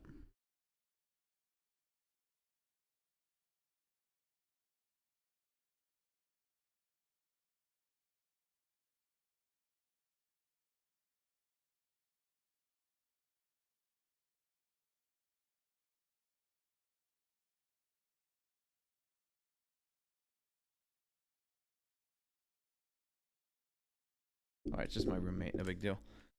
Just wanted to make sure. I had the door open, so. Anyway, this is a lot of numbers, and it looks really scary, but it's not that bad. This one is adding the time to kill. So those are the three factors we want to look at. We want to look at the actual muzzle velocity, the curve to that muzzle velocity, and the actual time that it would have at that meter, and then how that time would affect the time to kill. And so that way we can compensate for range. And this is where muzzle velocity can come into effect the time to kill, so that R99 shots at 50 meters take a long enough amount of time to hit the target that the flat line now starts to beat it in a straight up gunfight. And that's where range is going to come into play. So that if you have LMGs that are trying to fire on a person with a DMR, the DMR with a longer time to kill, if it's far enough away, can end up having the faster time to kill. And that's the cool part about muzzle velocity, is going with whose shot gets to who first. And sometimes the shots are so fast that it makes up for other downsides that the gun had, on top of the accuracy benefit of having the DMR. So there's that. And another way to nerf LMGs is to give them a 95% accuracy when sustaining fire, right? Even when ADS, to give that sight picture a little bit of inaccuracies, so that it's not this perfect laser beam of stuff under sustained fire. And that would be a really effective way to nerf people using LMGs in that encampment sustained fire way, focusing not so much on getting kills and knocking, but dealing overall damage and holding back a push. That is, giving it more of the fear than the bite necessarily. But we still want them to have a bite. We just want to also make it a little bit more inconsistent, which that 95% accuracy while ADS for a sustained amount of time, I say you fire for the gun for more than 2 seconds, then it starts having a 95% accuracy instead of 100%, so that it isn't beaming people, especially at range. That's going to matter a lot to have it be 95%. That's where DMRs are going to be able to come in and really shine through at range. And then LMGs will definitely be more of this, sustained blanket of fire. kind of like using Sheila at range, that whole thing. So that's where muzzle velocities can really come into effect and really be important. So that way you can, the same way that Respawn did by having them all super slow, you're hard limiting the possibility of certain engagement ranges. That's what muzzle velocities do, is they make it fundamentally impossible for certain things to happen. And that's where they and I disagree, right? That's the easiest way to put this, is where I think the maximum engagement range should be versus where they have the maximum engagement range. That's where they and I completely differ. Realistically, like 7,500 meters is their max engagement range. I would like to double that and make that more effective. So you could argue that I'm almost like tripling the muzzle velocities of most guns in the game, so that they're usable at certain ranges, and then also being strained at the same distances, just not making it completely impossible to do that. And we'll get into what those numbers are as we develop. But like I said, this is a lot of big scary numbers, and it's kind of overwhelming to get back into, because I was hyper focused when I made this, and I'm going back into it more clear-minded and calm versus like a 10-hour binge. So I kind of have to get back into that old mindset, but also don't want to get so deep in that I lose focus. So we need to take our time with this and be patient and make sure we do it right. So it's going to take a little bit longer than it took me before, but it should be done better. And that's going to be the most important part. So we want to look at our factors. I'm going to write them down. So we have the meters per second is a factor. We have the time to close the distance is a factor. We have the time added to the time to kill. So time plus TTK, and then the range is the final factor. And so I think what we might need to do is what we did before and make different charts for each of these. That way it flows a bit better, and have the meters per second be converted into times as well. So I think what we might want to do is keep this here actually as a condensed key, if you will, and then we'll have everything equal these squares along the way. So this is going to show numbers with no explanation, no what's it called? Decimal places, because this is going to be whole meters per seconds. So this will be something like 950. Not obviously the PK won't have 950, but just bear with me. And then this one will be the time it takes in milliseconds to get there. So this will be 3 decimal places because it's milliseconds. So that'll be something like 0.5, and that'll show 500 milliseconds to get there. That's going to be important. That's in the 3s. And then the time plus TTK, this doesn't need to go to the 3 decimal place point. This can go to the 2 decimal place point, because anything at the thousandths of a second is so unimpactful to time to kill that it just doesn't matter. So we want to know exactly how many milliseconds, but realistically, that's more for like rounding up to frames versus anything else like that. So this is just because we're going to be extra nerdy here and like really like know for sure that we don't really need to know per se, but it still is going to be fun. And then the range is going to be, something like 25 meters or something like that. That'll be super easy. No decimal places needed for that. And we're going to go into that. So this will be like the effective range, like the last range you could use it kind of thing. And so that'll be up here actually. That'll be there. And then the oh, come on. Meters per second, there we go, would be there, and that would be something like 300 meters per second. And we'll probably do that here after the range, and then we'll have the time and then the effect on the time to kill, that can be compared with everything else, and that'll be another chart based on maximum effective ranges. So that way we could have the time plus the time to kill, and maybe we'll even put in the regular time to kill as well. And so this should be the very last one too. That way we can compare how the time plus time to kill came through. So this one will just be equal to this plus this. Super easy. Then that'll just round to 2 for us. And then this time to kill would be something like 1.1.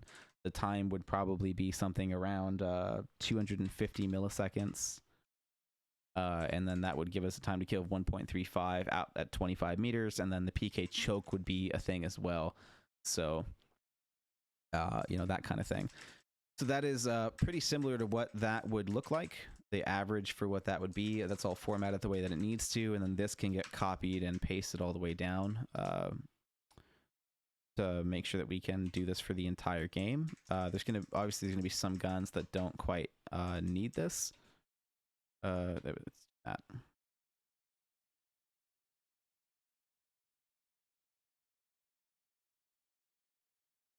There we go.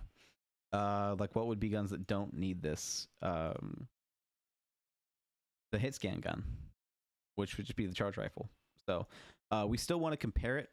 Granted, so this is hit scan, so it's just going to be the same time to kill, but I still want to compare it to everything else, and this is going to be a nice little chart to get that to compare to. The PK choke is going to be an extra item on this list as well, so we're going to insert that now. This would be Peacekeeper here. This would be PK choke. That's going to add more range and more time on the time to kill, just like the triple take choke would at the same time. And then the bow. Oh my god, I'm dumb. I forgot the bow. I did all of this without doing the bow. I bet there's some people screaming at the goddamn screens like every episode, like going, you still forgot the bow, you still forgot the bow, you still forgot the bow. I'm looking at this list, and what made me remember is the choke. Because I give the choke to the bow. And I just realized that I have to have another. I was like thinking in my head, like triple take and the choke, triple take choke and PK choke. Wasn't there a third thing that took the choke? And I was like, yeah, the bow. The bow takes the choke, and the bow is also scatter shot. Because I leave scatter caps in the game, but I use them. I build them into the bow, and then use the choke to get rid of them to make the bow more like a shotgun. And then have it have a higher damage and longer choke time than most of the guns in the game to balance it between everything else and give it an okay place in the meta without it being, the big complainer gun that everyone has it made out to be right now. So fuck. Basically just fuck, because there's not even here. It's not even on the. God damn it! All right. Basically, that's just a big fuck. So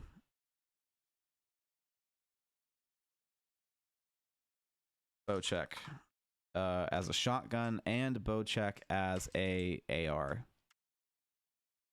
And I don't know where I want it.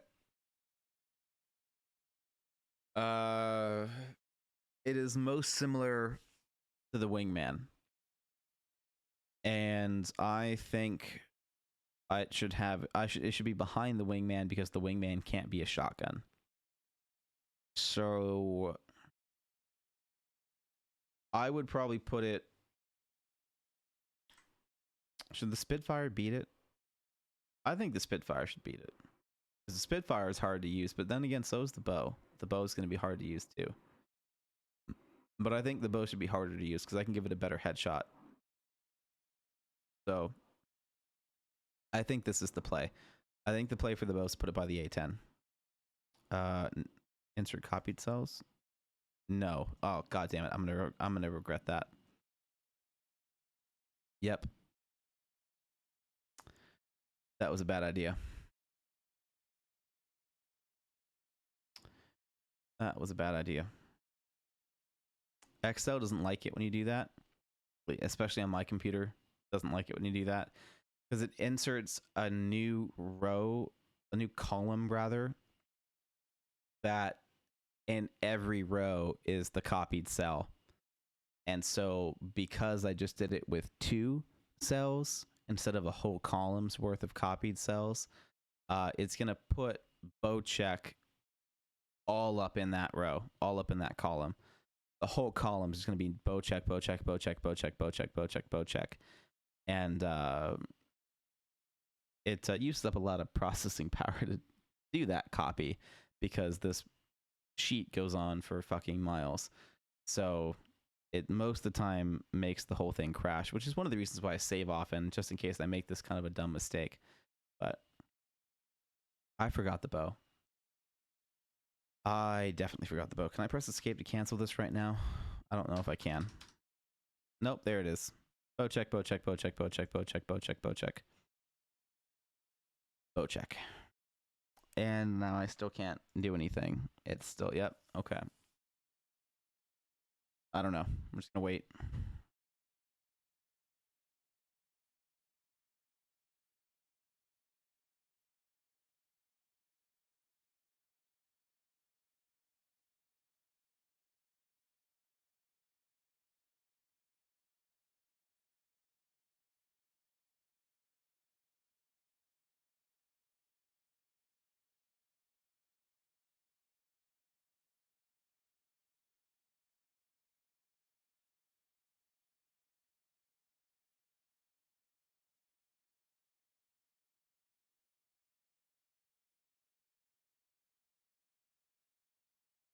Can't believe I forgot the bow. That's so much work that I have to go back and do.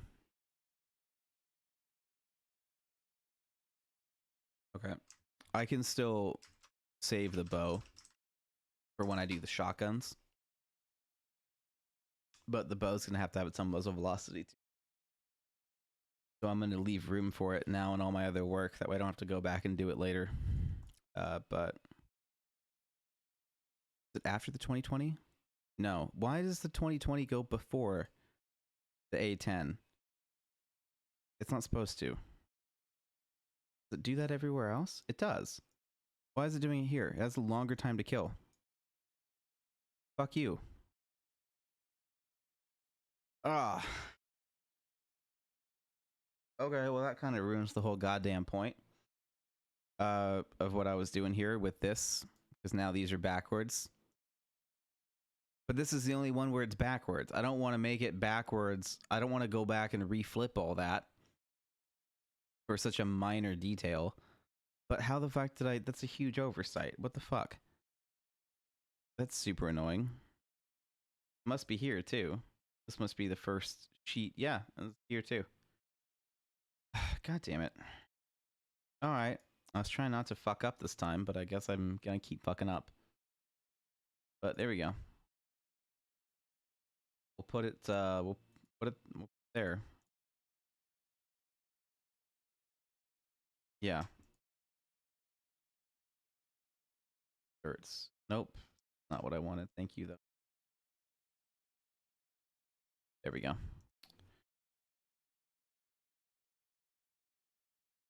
Okay. Bocek and Bocek.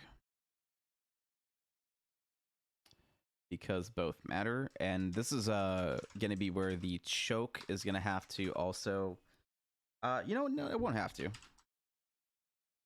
Because of the shotgun spread, it won't matter if the Bocek has like a stupid fast muzzle velocity up close, because of the range is going to be more limited by the spread of the Bocek versus the velocity of the Bocek. So that would be a way that it can benefit than from other shotguns, that it has a reason to get picked up. But if it's behind in time to kill, like it will be, then it will be a very small advantage that realistically won't result in it winning too many fights. Oh. Ah.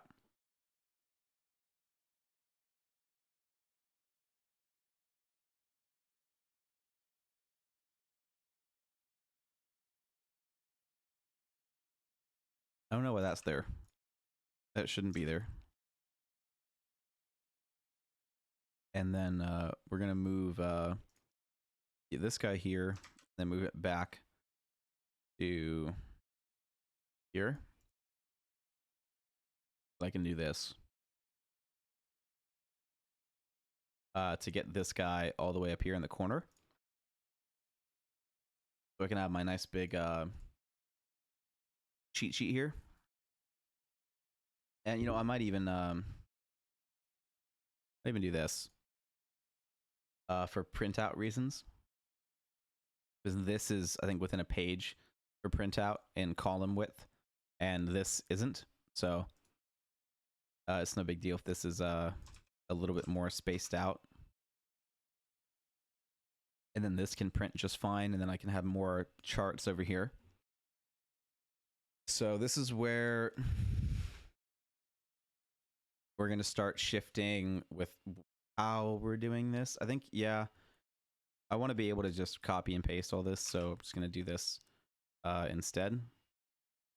We'll just take all this with, and we're going to put one here, and maybe I'll just keep going out this way. Maybe that'll just be what I do. I need 3 of these guys. So if I think I need 5. I'm pretty certain I need 5, and the width of these is going to vary, so I'm going to actually take that back here and not put that one right. Oh god, nope, we still want that one though. Come on. So this one I'm going to name range. Well, not range. This one's going to be meters per second, because that's the very first one that we need to do. And this is going to be over certain ranges and certain guns. You're going to do certain things. So this will be, you know what? Yeah, I do need it to be a bit more broken up, a bit more compartmentalized. The furthest range that we want here is like 30. And realistically, we'll go all the way out to like 50. That's a 6. Like 50, 40, 30, 20, 10. That'll probably be what we do. That's pretty good. And we can get a pretty good basis there, so that certain guns are done by that. And that would be this list of guns here. All of these guns beside the P2020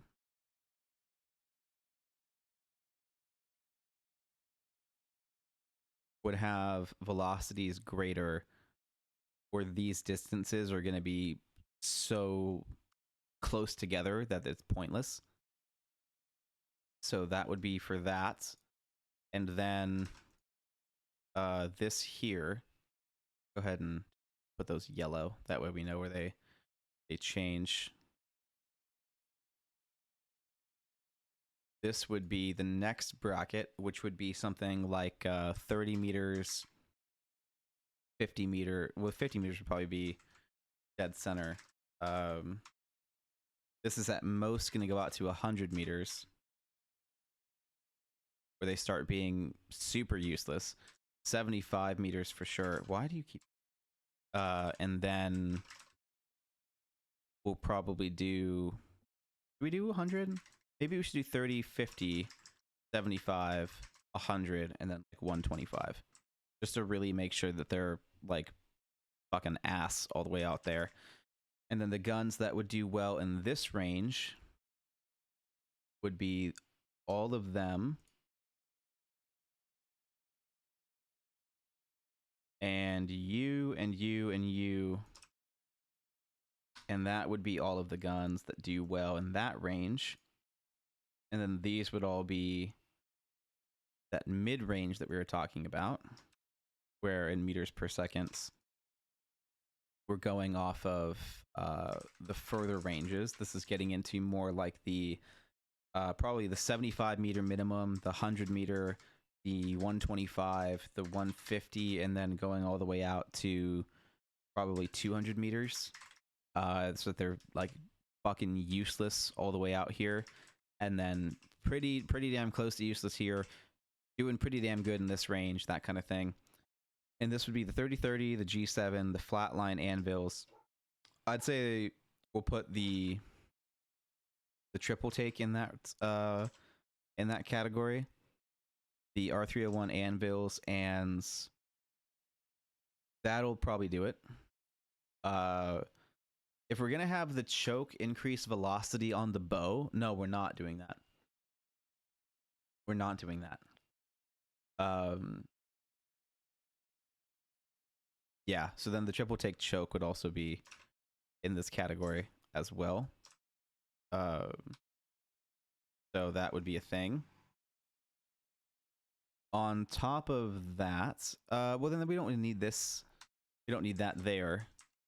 The anvils do increase muzzle velocity. We don't need this here, so that could make this list a bit shorter. And that's off of time to kill, which is why that's the order. Then the longbow, I wanted to... No, the longbow we should have here as well. And then it just kind of comes down to the sentinel and the Kraber in that last, like, you know, really far range kind of thing. So that'll be a good way to balance all this too, because these are the two guns that have the longest ADS time. The sentinel and the Kraber. And then that's we're too short because we don't have those, so that's totally fine. That can just go away here. And then these ranges would be for definitely the 100-meter comfortability range, the 150, the 200, the 250, and those would be the 5 ranges we want to look at for those guns to make sure that that meters per second is viable. Next, this is going to get copied basically right next to it, because this is going to go from meters per second to time, and it's going to stay the same ranges. It's just the math is going to change. So these are going to be meters per second values here that are going to get converted from here to something else. So it would be this equation, this guy here. I want to remember, I think it's 1 divided by that. No. It's if they're going 400 meters per second per 1 second, then you want to know if it's only going to go 10 meters, how many seconds would that take? But that's the wrong value on top. That would make 40, which is not true. But 0.4 would be true. Or if it was rather 10 divided by, if it was 10 meters in 1 second and it goes 400 meters per second, then that would be the correct distribution. And then that would be 10 divided by 400. Which would net you 25 milliseconds. Not 250, 25 milliseconds, which is correct. So that is what this would be. So this would be equal specifically to 10 divided by this cell. And that would be the case for all... Oh, nope. For all of these, that would be the case. Specifically there. That way, if you put 100 here... Then why does that say that? Oh, it's because these are not showing in the right. All of these need to show in number and 3 decimal places. Yeah. So really, thank you.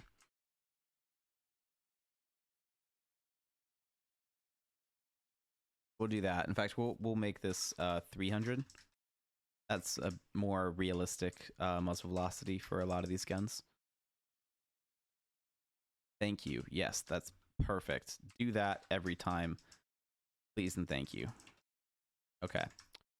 So that would be 33 milliseconds. Again, so 56 milliseconds is the halfway point, where if you're aiming anything other than perfect center in the same direction that they're moving, if you're not tracking the target well enough, you will miss. So 33 instead of 56 is only marginally faster. I mean, this would feel snappy, and you wouldn't have to lead a lot, but you could still aim on like the far left side of them and miss. if they're walking. This doesn't mean sprinting. So, 300 milliseconds in this range, even for 10 meters, is not super. That's still kind of slow. This would be equal to 20 divided by that. So that would be, the 65, 67 millisecond mark, where 56 millisecond mark. This would be, you'd have to aim more than halfway, more than mid-center in the right direction as well. It's still possible to miss. It's hard to miss, but it's still possible to miss. That's the important part. It's still possible. It would be hard, but it's possible. And then this is where, for sure, we want them to be doing complete dog shit.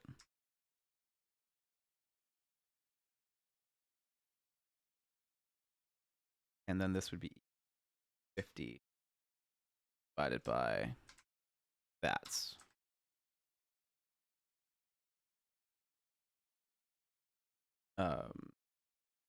Right. And then on top of that, I'm going to go through and do what I should have done in the first place.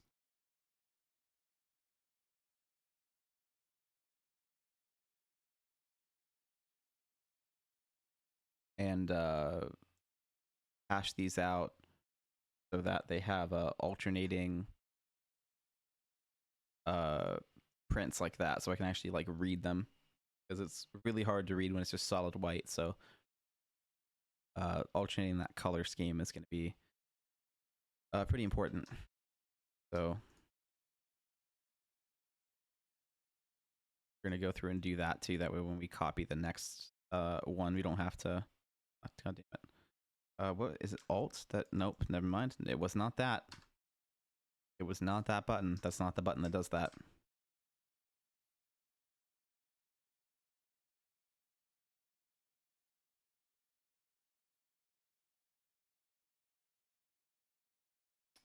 Anyway, it is at this point that we can go over any questions that people would have, especially about the math. We can always work on the math a bit. If you guys have an issue with how I'm doing it, or if you know a better way to do it, then please come by and let me know. I do want to do this in the best and most efficient way possible. So if you guys know a better way, or just know that this way won't work, then please let me know why, and please let me know what you think would be a better route to take, because I do want this work to be meaningful and not just, a fantasy. If I'm doing this in a way that is impossible to put into the game, then let's talk about that, because I do want this stuff to make it into the game, and that means doing it the whatever way it needs to get done. And so if there's a different way I need to do this, if there's a different approach or mindset I need to take to do this work, then I'm more than willing to learn about that, because I think this is a game worth saving, and this is a game, doing the thing and making these changes. I think that this game has the potential to be not only a fantastic competitive game, as you guys all saw with ALGS, that tournament was badass, but just that's kind of, and frankly, let me amend my statement. I didn't even watch it, right? I just know that it was badass because of everything going on Twitter, right? And the streams I've been watching, and I think I just watched one of the guys that won play a ranked game, and it looked fantastic. So like, just off of a regular like pred ranked game, like that was a badass enough. Put money on the line, put competitive teams on the line, like that alone is going to make for one hell of a tournament. So like I can infer, based off of what other people felt and what other people saw and witnessed, and what I saw that wasn't even a tournament, it had to have been awesome. And maybe I'll actually go back and watch it, but it's just one of those things where I think the game has some quality of life updates that would make it 10 times better without changing Apex as a whole. And I should hope that the pros would agree with me, and it'd be interesting to know what the pros think about all this kind of stuff too, because it would be really awesome to see if they agree with any of this stuff. It'd be super super cool to go in and know what they think, or all that kind of stuff. But realistically, we may never know. But I think that there's a lot of issues that would be game changer if they were addressed, and some of them are super minor, and some of them are super not. Like, redoing all the muzzle velocities is by no means a minor issue. So this is as you can see here, even just to do it on Excel, maybe this is the bad way to do it, but it's a lot of work just to go through and do this. And even just to plan it out conceptually and to figure out what's going to work, especially in an environment where I can't playtest. That's the biggest hindrance that this rework has, is that I don't have the luxury of getting to playtest this as I'm going through it. And I would love to playtest this. If Respawn was ever like, hey, we like the concepts you're going with, but you need to change how you're doing the work, you want to come out and playtest this with us, I'd go, fuck yeah. I would happily go out and playtest these changes and lead and do what I can to contribute for how Apex needs to change in the key areas that I would like to change it. 100%. No hesitation at all. I would very much like to do that. I would love to know exactly how these ideas would affect the game, and to be able to do that in an environment that wouldn't harm Apex before those updates roll out, to be able to strategize with how to put out these updates to reduce the impact on the player base, so to piss as few people off as possible. That is stuff that I have ideas for as well. Frankly, the muzzle velocity is like one of the first things that I would do. Did I really do that? I was that dumb. I was that dumb. I didn't think I was going to be that dumb, but then I was. Just in case you were wondering. So, anyway, there's none of this is a small amount of work, especially for the size of a team for a game that's now 2 years old, that EA is probably already cashing out on, especially with the new Battlefield coming out. I would assume that the resources that Respawn has right now is like nothing compared to what they had before when it comes to support from EA. So anything that they do from this point on is for the love of the game, not because of like EA needing them to make more money at this point. So I think that we're probably coming up to the end of like the massive amount of work that they've been doing and moving into closer to a skeleton crew. And I think once the battle royale for Battlefield is about to come out, Respawn is going to get a lot of people from their production asked to be reassigned to the new Battlefield game to help finish development for that. Because that new game, although Apex is doing fantastic and it's getting some great growth, that game is going to compete more directly with Warzone, and Apex, as you can tell, doesn't compete anywhere near with Warzone, and Warzone is making a shitload of money, and EA, like EA does, likes to make all of the fucking money. And if they're not making all the fucking money, then you're a horrible game studio and we should close you down. But that's kind of how it goes with EA. So in order to help EA make all of the money, I'm fully expecting the new Battlefield Battle Royale to affect the crew size at Apex, which means updates like the ones I would give the game are going to be fewer and far between. So realistically, when it comes to the timeline of doing these changes, I'd say you have less than a year with Respawn having EA's full attention at helping this game grow and make more money. And that will change if the competitive scene doesn't keep growing the way that it has. And I'd be surprised if the competitive scene stays the way it is with the game in its current state, because I think for a competitive shooter to have so many fundamental disadvantages in its core gameplay is a little bit of a red flag for me, because you're pigeonholing a certain style and a certain meta and other play styles are just not even close to effective. So I think in order to get more teams and more orgs on this game and wanting to play this game, you need to open up other strategies for success, like sniping, like defensive legends a little bit more, like LMGs a little bit more, stuff like that. Because people have preferences, especially for competitive play, where they have play styles and they make certain concessions and make movements based off of those choices and those hindrances that they're used to having. And I think if you force them into a different play style, they're just going to get frustrated and not want to do it. So I think the competitive scene would benefit a little bit, at least a little bit, from this. And also, what competitive game wouldn't like a slightly faster time to kill, you know?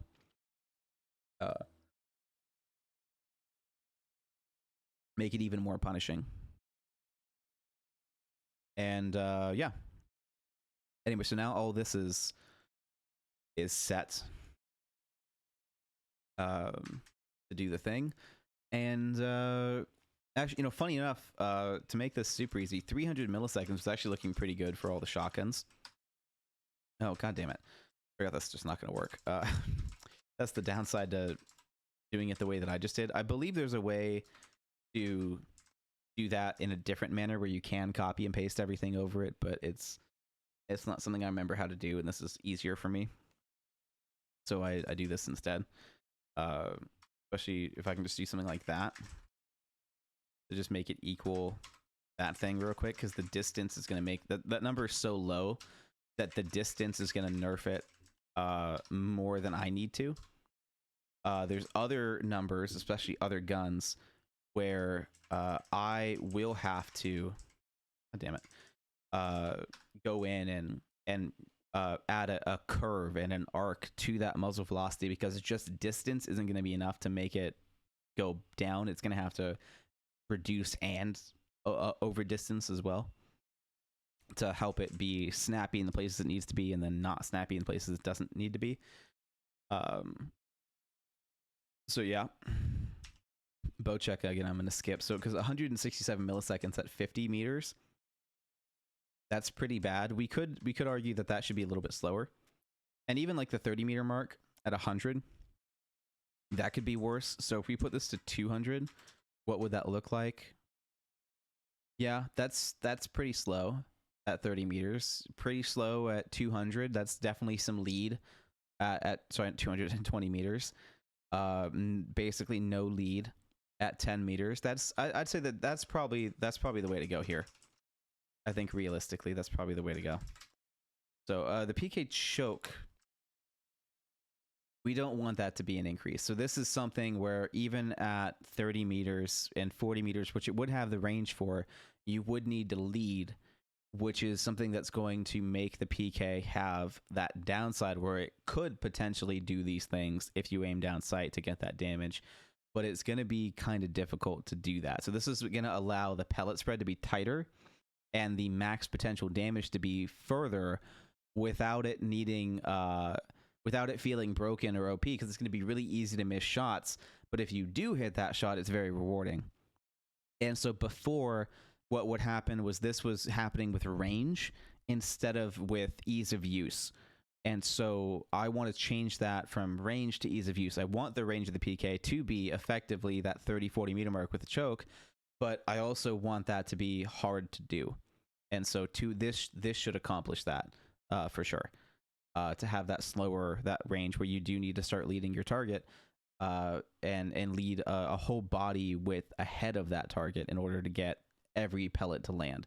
And then if you don't, then maybe you land half the spread instead, and then you're doing half damage, which makes it have a horrible time to kill.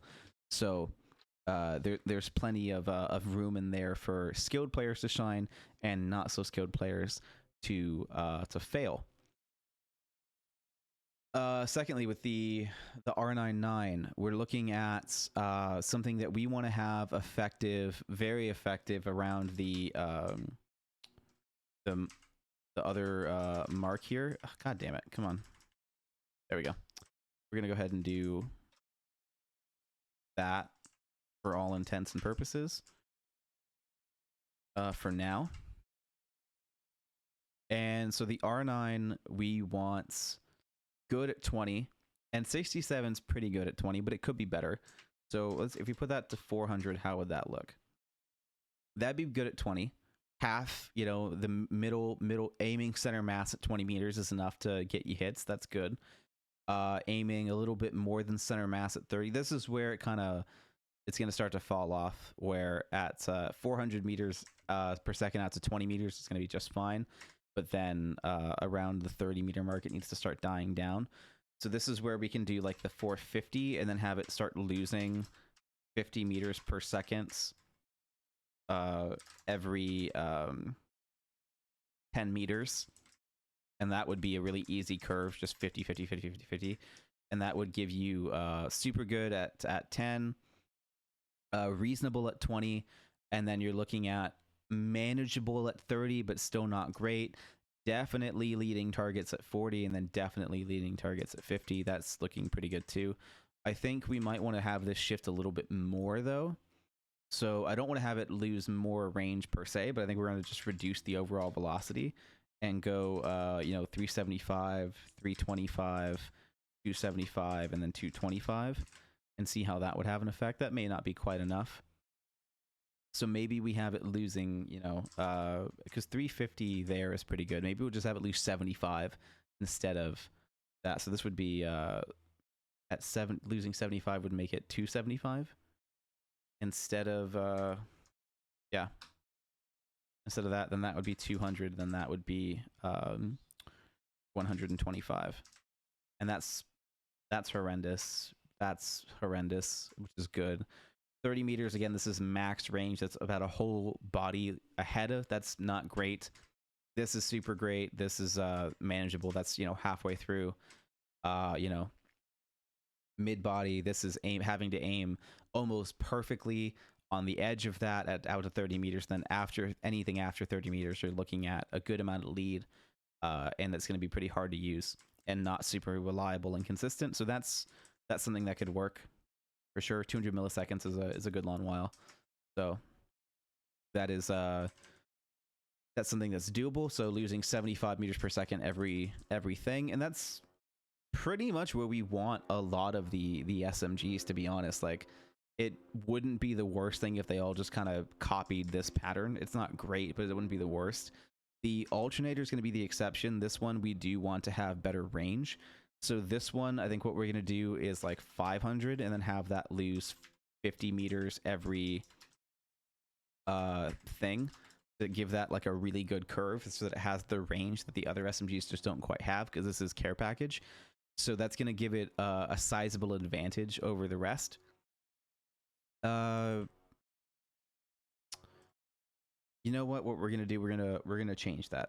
We're going to do 450, and then we'll do 425, and then 400, and then 3. Oh, that would make it higher. That's not going to work. What should we do? Maybe we do 400 total and have it lose less. Maybe it goes like 30 every time. So, maybe this is 370, maybe that's 340, that's 310. And then that would slow it, that was the point, was to slow it down. That would make it 280. That would slow it down. And that would still give it a good advantage. Still be useful around the 40 meter mark, but a little bit harder to use. And then getting pretty useless at 50. And then definitely by 60, that's useless. So that could work. That could work. We might even do that. And then that would have been 15.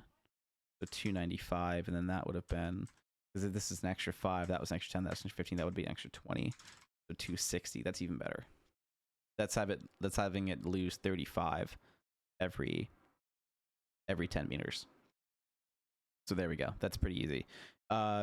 This is going to be harder because it's not in those increments of like 10 meter increments. We could turn that into 20 meter increments. 50, 70, 80, 100. No, maybe not 20 increments. It could be 25 meter increments. That could work. It almost is 25 meter increments. If I just do that, it is. That's funny. If I just do that, that is 25 meter increments, and then it's super easy. Okay. Sold 25 meters.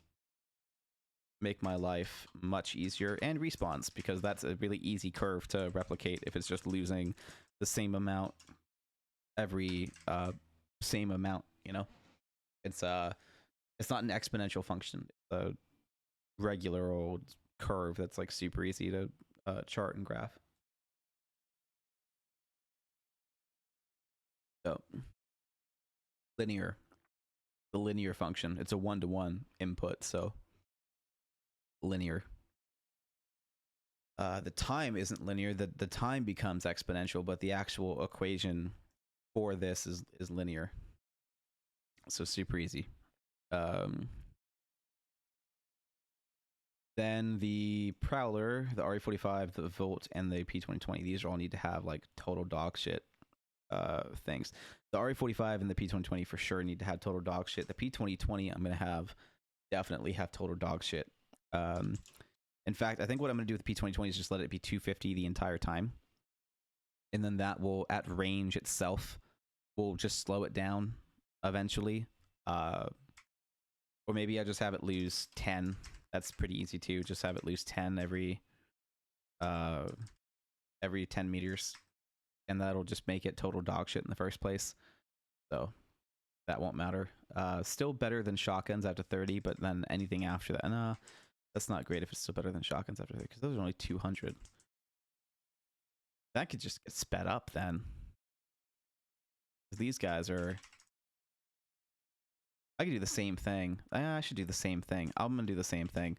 I'll do 250 and losing 10 every... that'll make it a bit more snappy and give it a better curve. So we'll do 250 to 240 to 230 to 220 to 210, and they'll lose 10 every thing. And that'll make it a bit less predictable. With the PK, still predictable, but less predictable. Almost negligible, if we're being honest, but a little bit less. And then this can lose a little bit more. This could still be 250, but then this could lose more.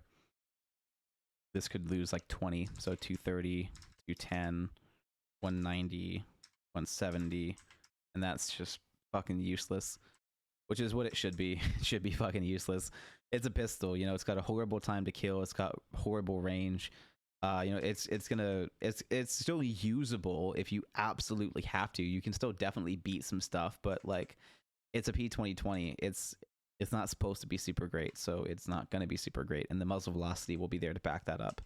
And the Mozambique is going to be the same thing too. It's just going to have not the best range, better for sure than the P2020, but not great. This is a better mag capacity, better damage per mag, stuff like that. So it's going to be a little bit worse at range because it's better at sustained fire.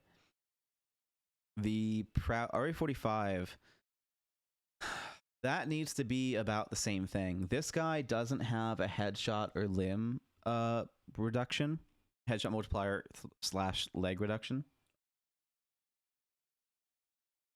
So because of that, I'm going to give it a slower velocity, because it won't. You don't need to be as accurate.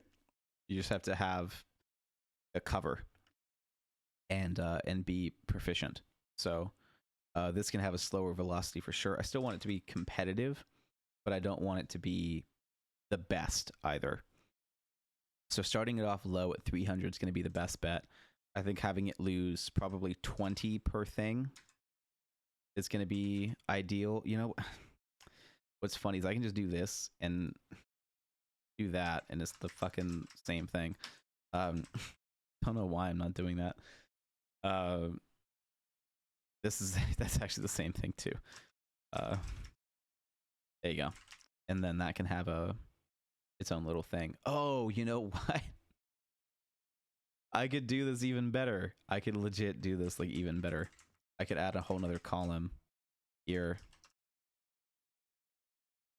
I could be doing this so much better. This could be the multiplier per se. Not necessarily a multiplier, but how this is just -20. Then watch this. This would be equal to 250, right? My base. This would be equal to that plus this times 1.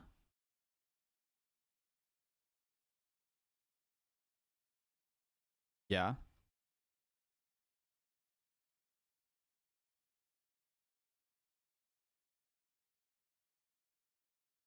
Okay, so then that would go to X, and that would go to S, and that would be times 2.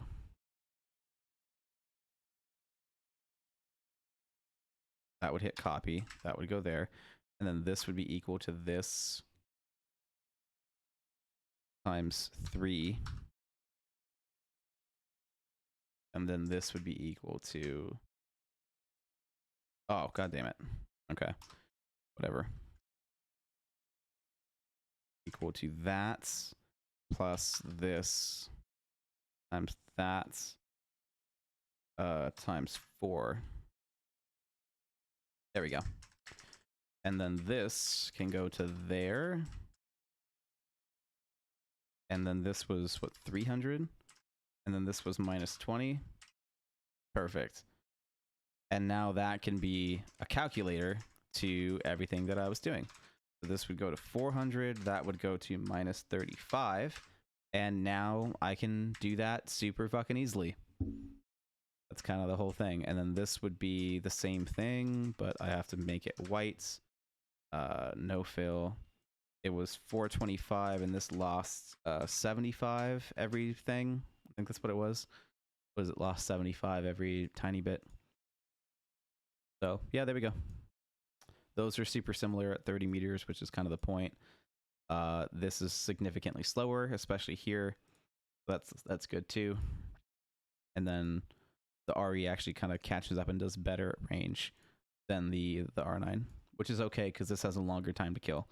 So worse up close where it matters, better far away where it doesn't matter. This is still pretty fucking unusable.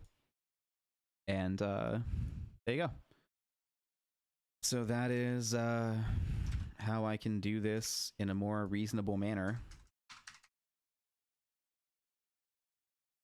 And then if I want this to be the same thing across the entire board, then I just leave that space on the left blank, and that's what happens. So 250. And this was minus 10.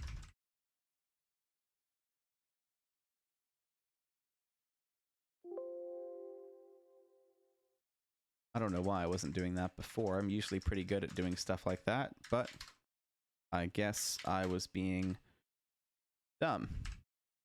Okay. So there we go. So now I have a nice little easy multiplier way to do this, and I can take this real quick and copy this all the way through there. This can go back to 300. And then this can get copied all the way down. And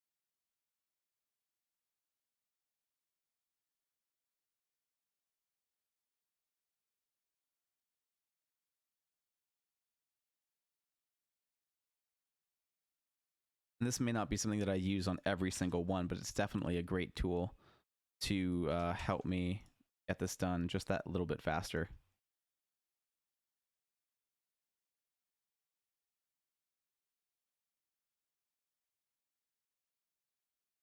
Oh, whoops. Probably saw that mistake before I did. There we go. Okay. And then that'll let me do all this the way that I want to. So what are we looking at for the Prowler then? The Prowler and the Volt. The Volt is going to have the best range of them all. That is the spot of the Volt. So we'll probably have the Volt all the way up at 500. Because that'll be the best way to do it. I think we're going to have this guy lose 50 every time, which is still going to give it like super fantastic competitive range. This is realistically going to help the Volt go all the way out to like 50 meters, which isn't... I don't know if that's exactly what we want. We'll probably have this lose 75 too. And that's still... Yeah, 250 out to 50, that's okay. 145 around 40, that's still stretching the range for an SMG for what we planned on the game. So that's giving this more of like a 35-meter range of it needing to lead completely one thing ahead of everyone else. But yeah, I think that's going to be for the best. I think that's going to be for the best for sure. To let the Volt do, maybe we'll do 60. Do minus 60. Let it be just that little bit better. A little bit better. Right. And then, Prowler. We'll probably have this guy be pretty competitive up close and then not super great at range. Maybe we need to do a mid-range too. Where's my cheat sheet, actually? So for 25 meters, this is what we're considering good and bad. Can you go back over here, please? Thank you. So at 25 meters, 19 milliseconds is what's considered fantastic at 25 meters. So at 20 meters, what do we got here? We've got 55, 71, 45, and 87. So none of that would be considered good on that graph for super snappy and responsive at 25 meters. So maybe we didn't do a very good job. Maybe we need to do better. So 38 at 25 meters would be bad. And then by 50 meters, that's what would be even worse. That's what we're apparently, according to our previous statistics, that would be bad. But that's not quite where we want SMGs to be bad. We want them to be kind of worse than that at 50. So I think for our purposes, this is where we would want the 50-meter mark to be, where they have 75. But I think we want the 75 to happen at 50 for SMG, so we're going to alter this to 50. We'll have this happen at 20, and we'll have this happen at 30.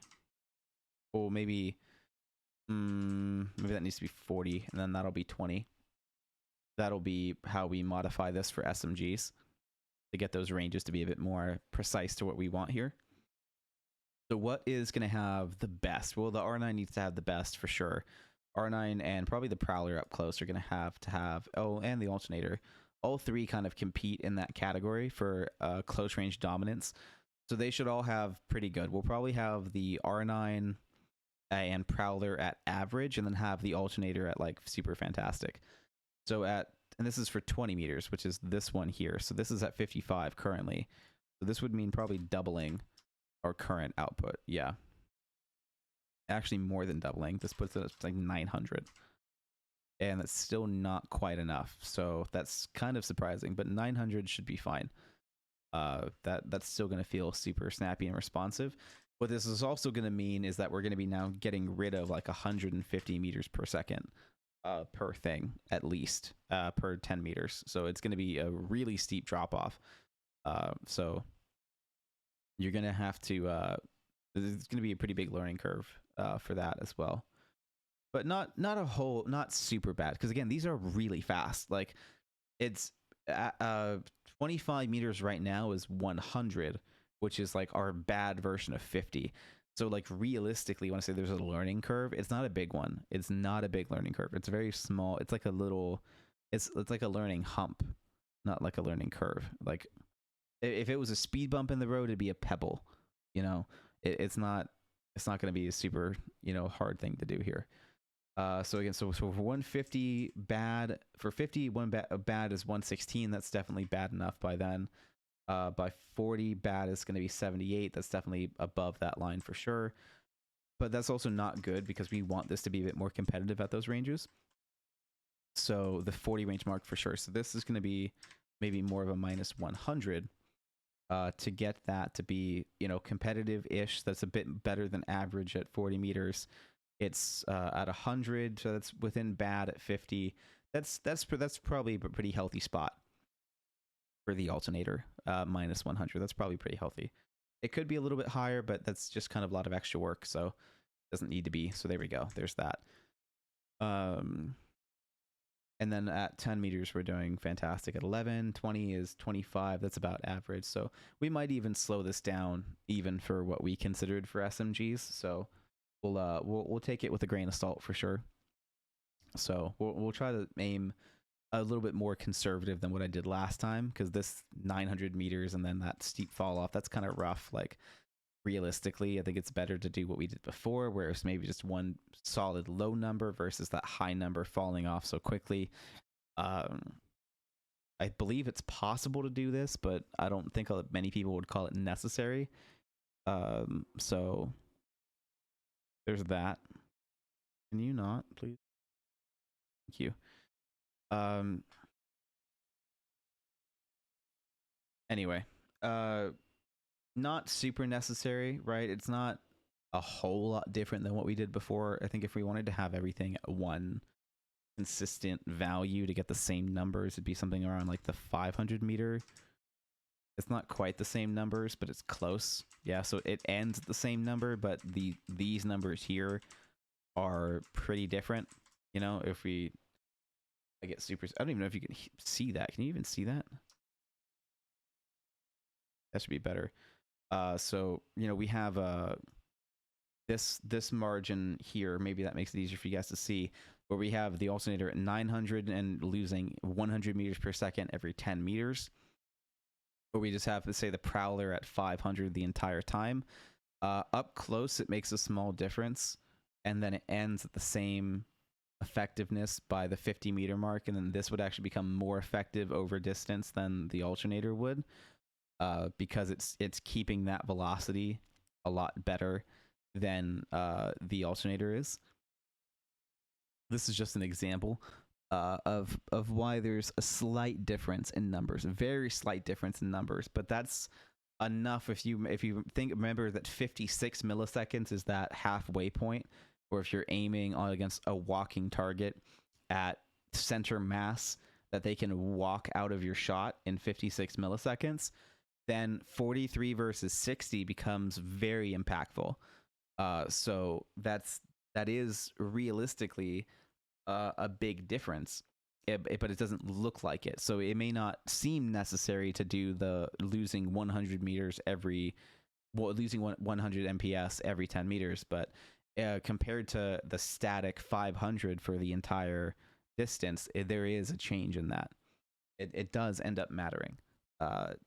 It's not a huge thing, but it's, at least in my opinion, it's enough to warrant the extra effort. But that's just me. And so again, the alternator is going to be probably best of the bunch compared to everyone else. So maybe having the Prowler like that's going to be just fine. In fact, we may have the Prowler like that. No, but then it gives it a better advantage at range over the alternator, and that's not. Well, I mean, that is actually what the Prowler. No, that's more of the Volt. That's more of the Volt's role than the Prowler. I don't think that wasn't really supposed to be the role of the Prowler, per se. But it would give the role of the Volt, and it would help it be that more consistent weapon while letting it suffer compared to ARs. Because if we took the 500 out to a longer range, like let's say we did, this is not 50, but maybe we did 75 meters. What would the time be on that? 150 milliseconds. That's pretty bad. Not the worst, actually. At the 75 meters, that's not bad. So if we did that, then that would put it in better shape. Had it lose 20, maybe put it up to 550. Yeah, that puts it in better shape. For sure. Yeah, I think that's what we want to do for the Volt. And then the Prowler, I'm not totally sure. But that's looking pretty good for the RE45. I'm not hating that. That's what end is that? This is 33, which is already pretty bad at 20 meters. That's 10 meters though. This is 20 meters. So 71. That's probably too slow. That's probably too slow. Okay, so the alternator was good. We did that one. The R9 we have to do. The Volt we just did. And then the P2020 we'll make faster. So these we need to redo. But those two are good. We look at this one, 18, 38. 38's on the bad side. 59 is on the Average side. Oh, but that's the wrong. 82, that's about the bad, and then 106 is below. So, okay.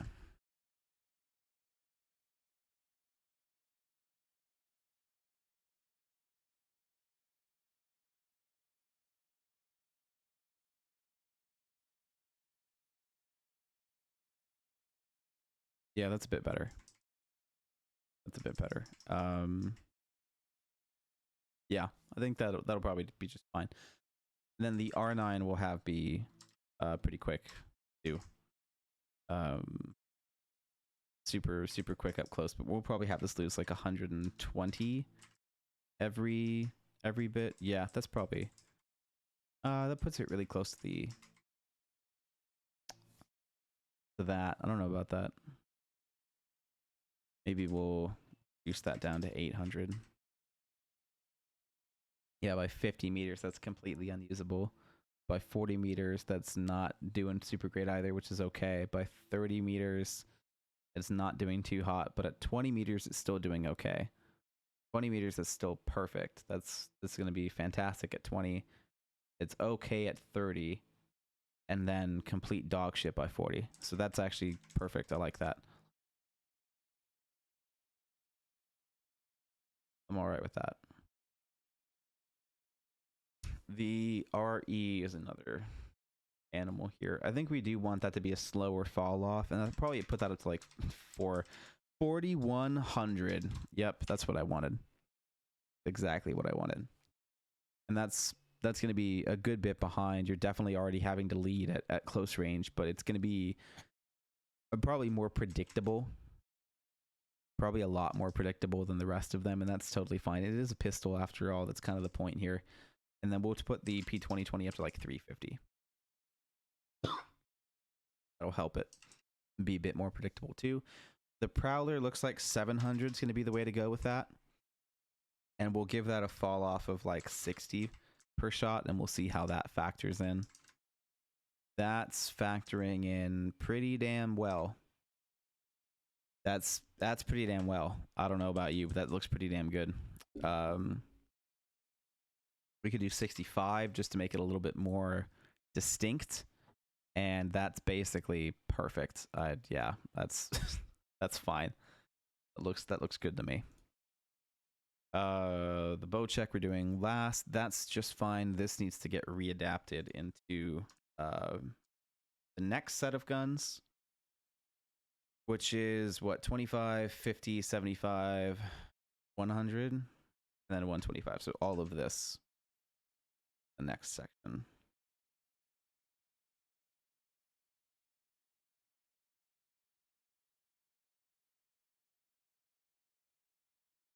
There we go. So the pecking order of what's going to be super good and what's not going to be super good. The flatline is going to be more in line with SMGs. So maybe I should have kept that chart. Because and then anvils were going to have a better effect on the flatline than the R3. Because I was going to have anvils speed up the most velocity, like I guess they do in game at the moment. They always feel like they're slower, but they must make it faster. My test showed that it got faster. I don't know what happened. They've always felt slower to me, faster. But faster is what they should do. So there's that. The L-Star needs to be pain fucking slow. In fact, the L-Star is a gun that I can have be a set value the entire time of like say 600.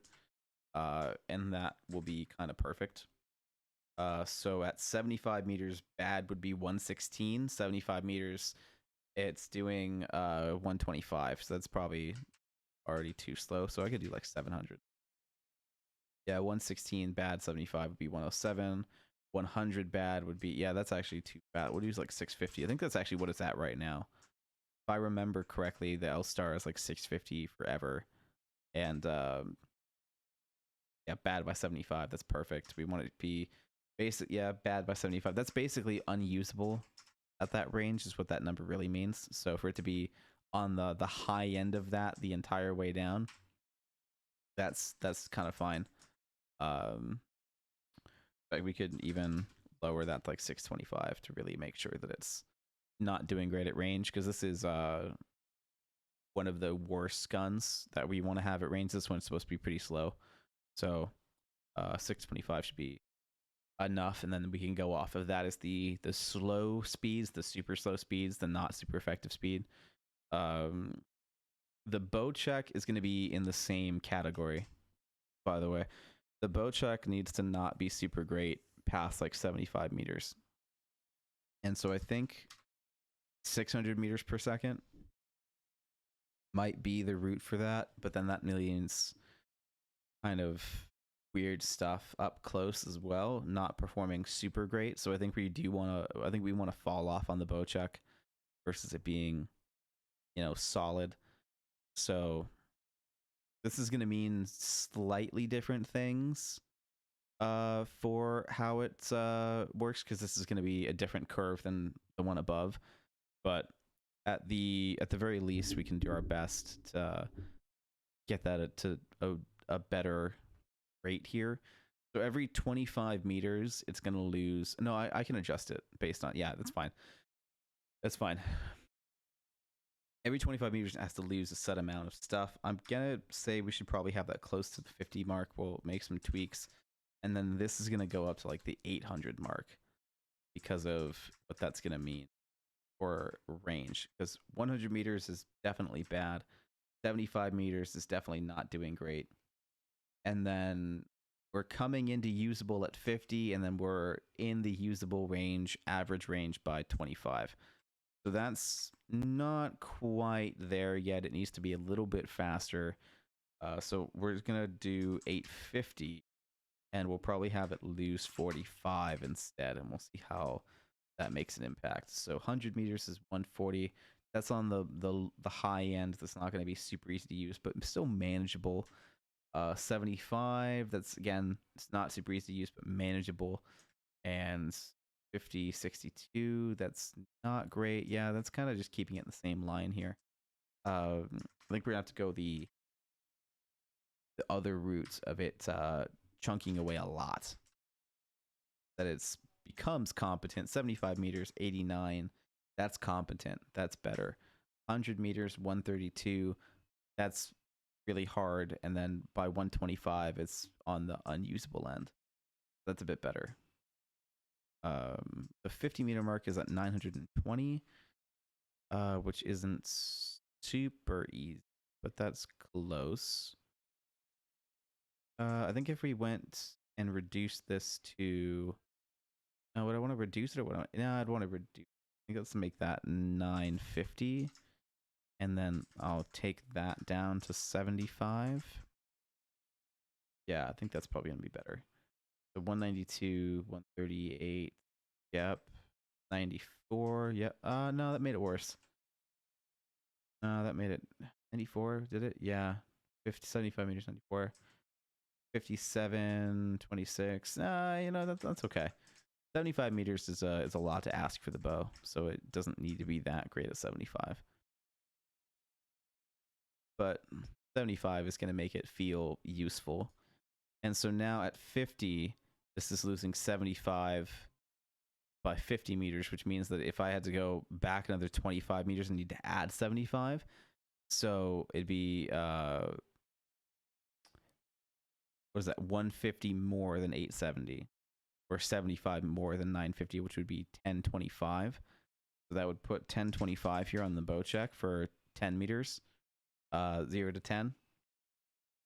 And then out to 50, this would need to become 850, which should mean that if you're losing 75 every nope. What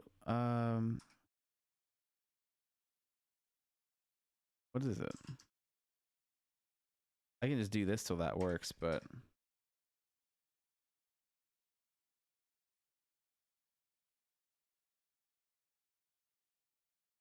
That's so weird.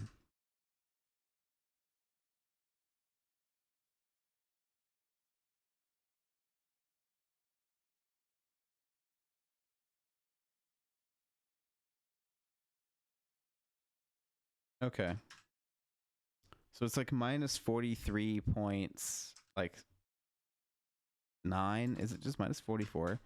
It's almost minus 44. It's like minus 43 point, 7 likely. Yeah.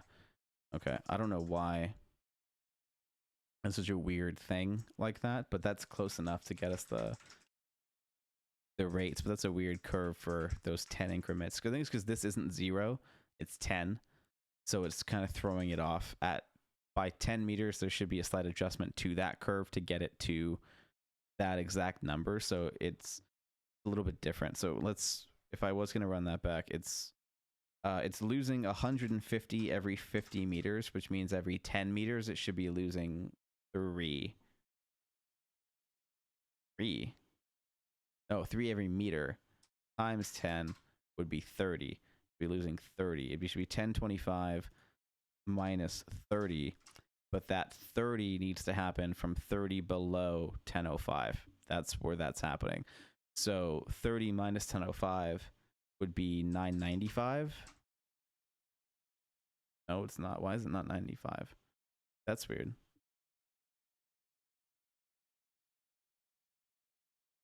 Should be 995. Yeah. So why is that not doing the thing? Because you're losing 150 every 50 meters, which means you're losing 3 per meter. Because 3 times 50 is 150. So if in 10 meters, you should lose 30.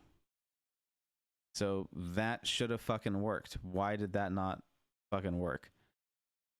That's really weird. That should meet 850 because this is... Oh, it's 875. Oh, God damn it. It did work. It's 875, not 850. Why did I think it was 850? Ah, God. Okay. It might be time to stop because when that starts happening, my brain is getting done for the day because I could keep going, but it's just going to take longer. It's just going to take longer because it's that shit like that's going to start popping up and it's going to make it really annoying to do the things and pay attention. If I was sleeping better, then maybe I'd be able to keep going, but I've been waking up so early to watch stocks. It's not even funny. In fact, let's check on that. It's 5 o'clock. So markets are closed. 228s. That's good news, but not necessarily great news. How's AMC doing? 58, that went up. Okay. I'm expecting a nice crash this week. So there's that. Yeah, we need a lot from this. Oh man. Okay. Let's see. I think that's gonna be a good place to call it. Realistically, we got a good amount done. We went over mag sizes. Did we go over mag sizes or did we just rant about it? I'm pretty sure we just ranted about it. I don't even think we went over mag sizes. You can pause it. you can pause it and read mag sizes and stuff like that. There's going to be a way to get caught up, and we'll have to go back and deal with all this in a minute, and it'll get compiled and so on and so forth. But if you want to pause it and go bit by bit and see what I'm thinking for mag sizes and write it down and take some notes and stuff like that, then go for it. Those are my little caveats there, how the stuff should work and all that. So there you go. You can feel free to pause and do the things. We need to finish filling out this form and getting the TTKs in here, getting approximate reloads in here, seeing how this works out and for how that would affect the time to kill for a time to kill plus a reload, stuff like that. There's a lot of stuff to do here. So yeah. And I think that'll just about do it. So it's just a reminder here about what this graph is going to look like. We need to find room for the bow check in here somewhere with it'll have competitive velocity, but not great. It is an arrow, like it should be pretty fucking slow. So it'll be usable. It's not like you're going to be it'll definitely be more usable than the Kraber, I'll tell you that. But current Kraber, not like my Kraber. There's my Kraber and their Kraber are two very different things. Okay, like I was trying to think of a Pokemon comparison, but I can't really think of one. I was thinking Krabby and then the Kingler. Like if their version was Krabby, then my version would be Kingler. But like I was thinking about more of a generational thing, but I don't know enough of the other gen Pokemon to know if there's more than one Crab. So anyway, it is officially time to get the fuck out. Appreciate you guys all coming by, watching the repeats. I hope you guys have been learning something, and I'm hoping that you guys don't mind the rants, because I'm just kind of thinking of this stuff on the fly.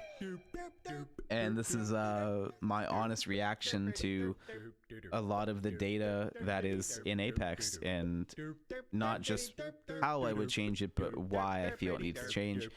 The full videos will not feature my opinion. It will just be comparisons of data about where, well, I mean, I'll state my goals.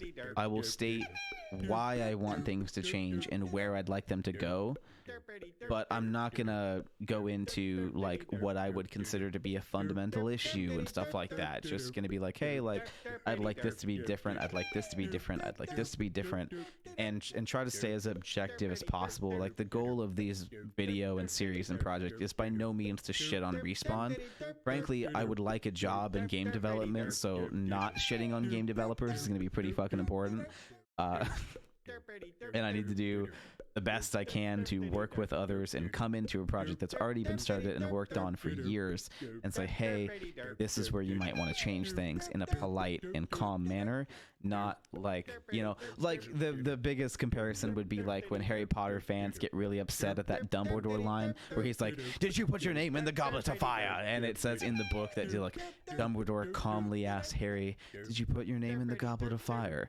And then the movie's just like yelling it and like going, ah, like that would be, that's like, I would consider this video series like the unhinged like movie Dumbledore, and then like in my videos I need to be like the book Dumbledore and be like, would you mind changing this please, and that kind of thing. So for those of you that are interested in the series, that want to know all that stuff but you don't want to hear all the bitching along the way, then keep your eyes out for when it's done, and I'll definitely make sure that's part of the ad campaign, so to speak, of the program, saying, hey, if you watched it before and it was like, this is just 99% bitching, then I'll make sure that there's like a bitch free, I'll put like a bitch free logo on it or something, so that it'd be twofold logo, because it would mean that if you're going to be a little bitch about it, don't watch it, and I'm not going to bitch in it either. So double working stamp, bitch free, don't be a bitch here, and I won't be a bitch here either. I feel like that should be my Twitter logo, like my Twitter bio. Like, if you're not gonna be a little bitch, I won't be a little bitch. But if you want to get petty, bitch, I'm ready. But anyway, I think that's gonna have to do it. And thank you everyone for coming by. I really do appreciate it. Please consider supporting the channel any way you possibly can. In case I got extra lucky and piqued the curiosity of Brian on the Rocks and El Sanchi from Boom Razzle Stream, thank you so much for coming by. I really do appreciate you guys even just coming by to test out the waters and see what the hell I'm talking about. I hope I didn't scare you away with the rantiness content. I'm sorry, it kind of happens when I talk about video games, because I've played them for so long and I enjoy them so much that it really hurts to see a game come so close to what I would consider perfect and just miss the mark in all the ways that I really think that it could be better. I also don't know if server reasons are why you have the muzzle velocity so slow. I know Warzone has similar servers to you guys, and I know they have far different muzzle velocities. So I was going on the assumption that it isn't a server issue with why the velocities are so low, but more of a design choice of why they're so low. And so respectfully, I mean this with as little, you know, what is it, anger or like shade as possible. I wholeheartedly disagree with that decision, and I beg you to reconsider that Apex can have a better range combat. I hope you agree that maybe better range combat is needed with muzzle velocity specifically, and that using the walking speed and loosely using the walking speed as a way to balance the velocities a bit better is going to be the best route, because again, we've got many ways that Legends can go faster than sprinting speed. You've got the sprinting speed just being a pretty big increase already, and so using that 4.5 meters per second as what would be good, bad, or uncontrollable is going to be not only reasonable, but also would still be a buff based on current muzzle velocities as well. So you would still see the same effectiveness and struggle, but you would just see that struggle happen at much further ranges than currently happens. And that is something that I'd really love to see come to Apex, and let range combat and that whole play style have a more effective loadout on the meta and the Tide. And I think realistically that is the only buff Rampart needs. I think letting Rampart do that more effectively just through weapon buffs is enough to help that legend really come through and shine through her skill and her abilities the way that they are. And it would be a huge counter to legends like Octane that are pretty vulnerable on that jump pad. I mean, you look at people beaming them off the jump pad already and how far they have to aim ahead. If you could let more players do that, then that's a huge nerf to the jump pad that you didn't even have to make to the character, because the viability of that option got so reduced. And so I think this would be a really awesome way to shift the close range movement legends a bit more out of that power struggle and let those abilities return to where they maybe were a couple nerfs ago, and then also be able to let those defensive legends kind of come through and be a bigger roadblock, anyway, that's hopefully is a more calm and concise, rational reason behind everything I said versus just complaining that Sniper is bad.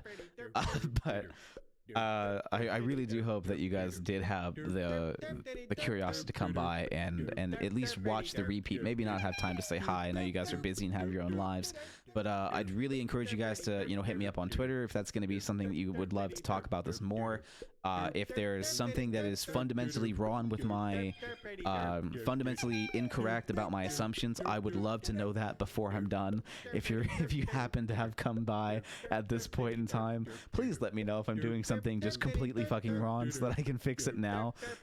Because I'd rather not get through the whole project than you guys go, none of this is gonna work for us, and then I just have to go hide away in my corner and go, damn, like I would really love to know sooner rather than later if any of this stuff is just not going to work for you at all. And if it doesn't work, I'll probably still finish the project just to get the experience and have fun with it the way that I do. But I maybe would prioritize it less and maybe stream some games along the way to help grow the channel versus just saying numbers the entire time. So it's a pretty big leap of faith here that I'm going off of, and I really appreciate you guys if even just taking the time to say I'll watch it if you put in a video. Like that alone on the stream was already awesome.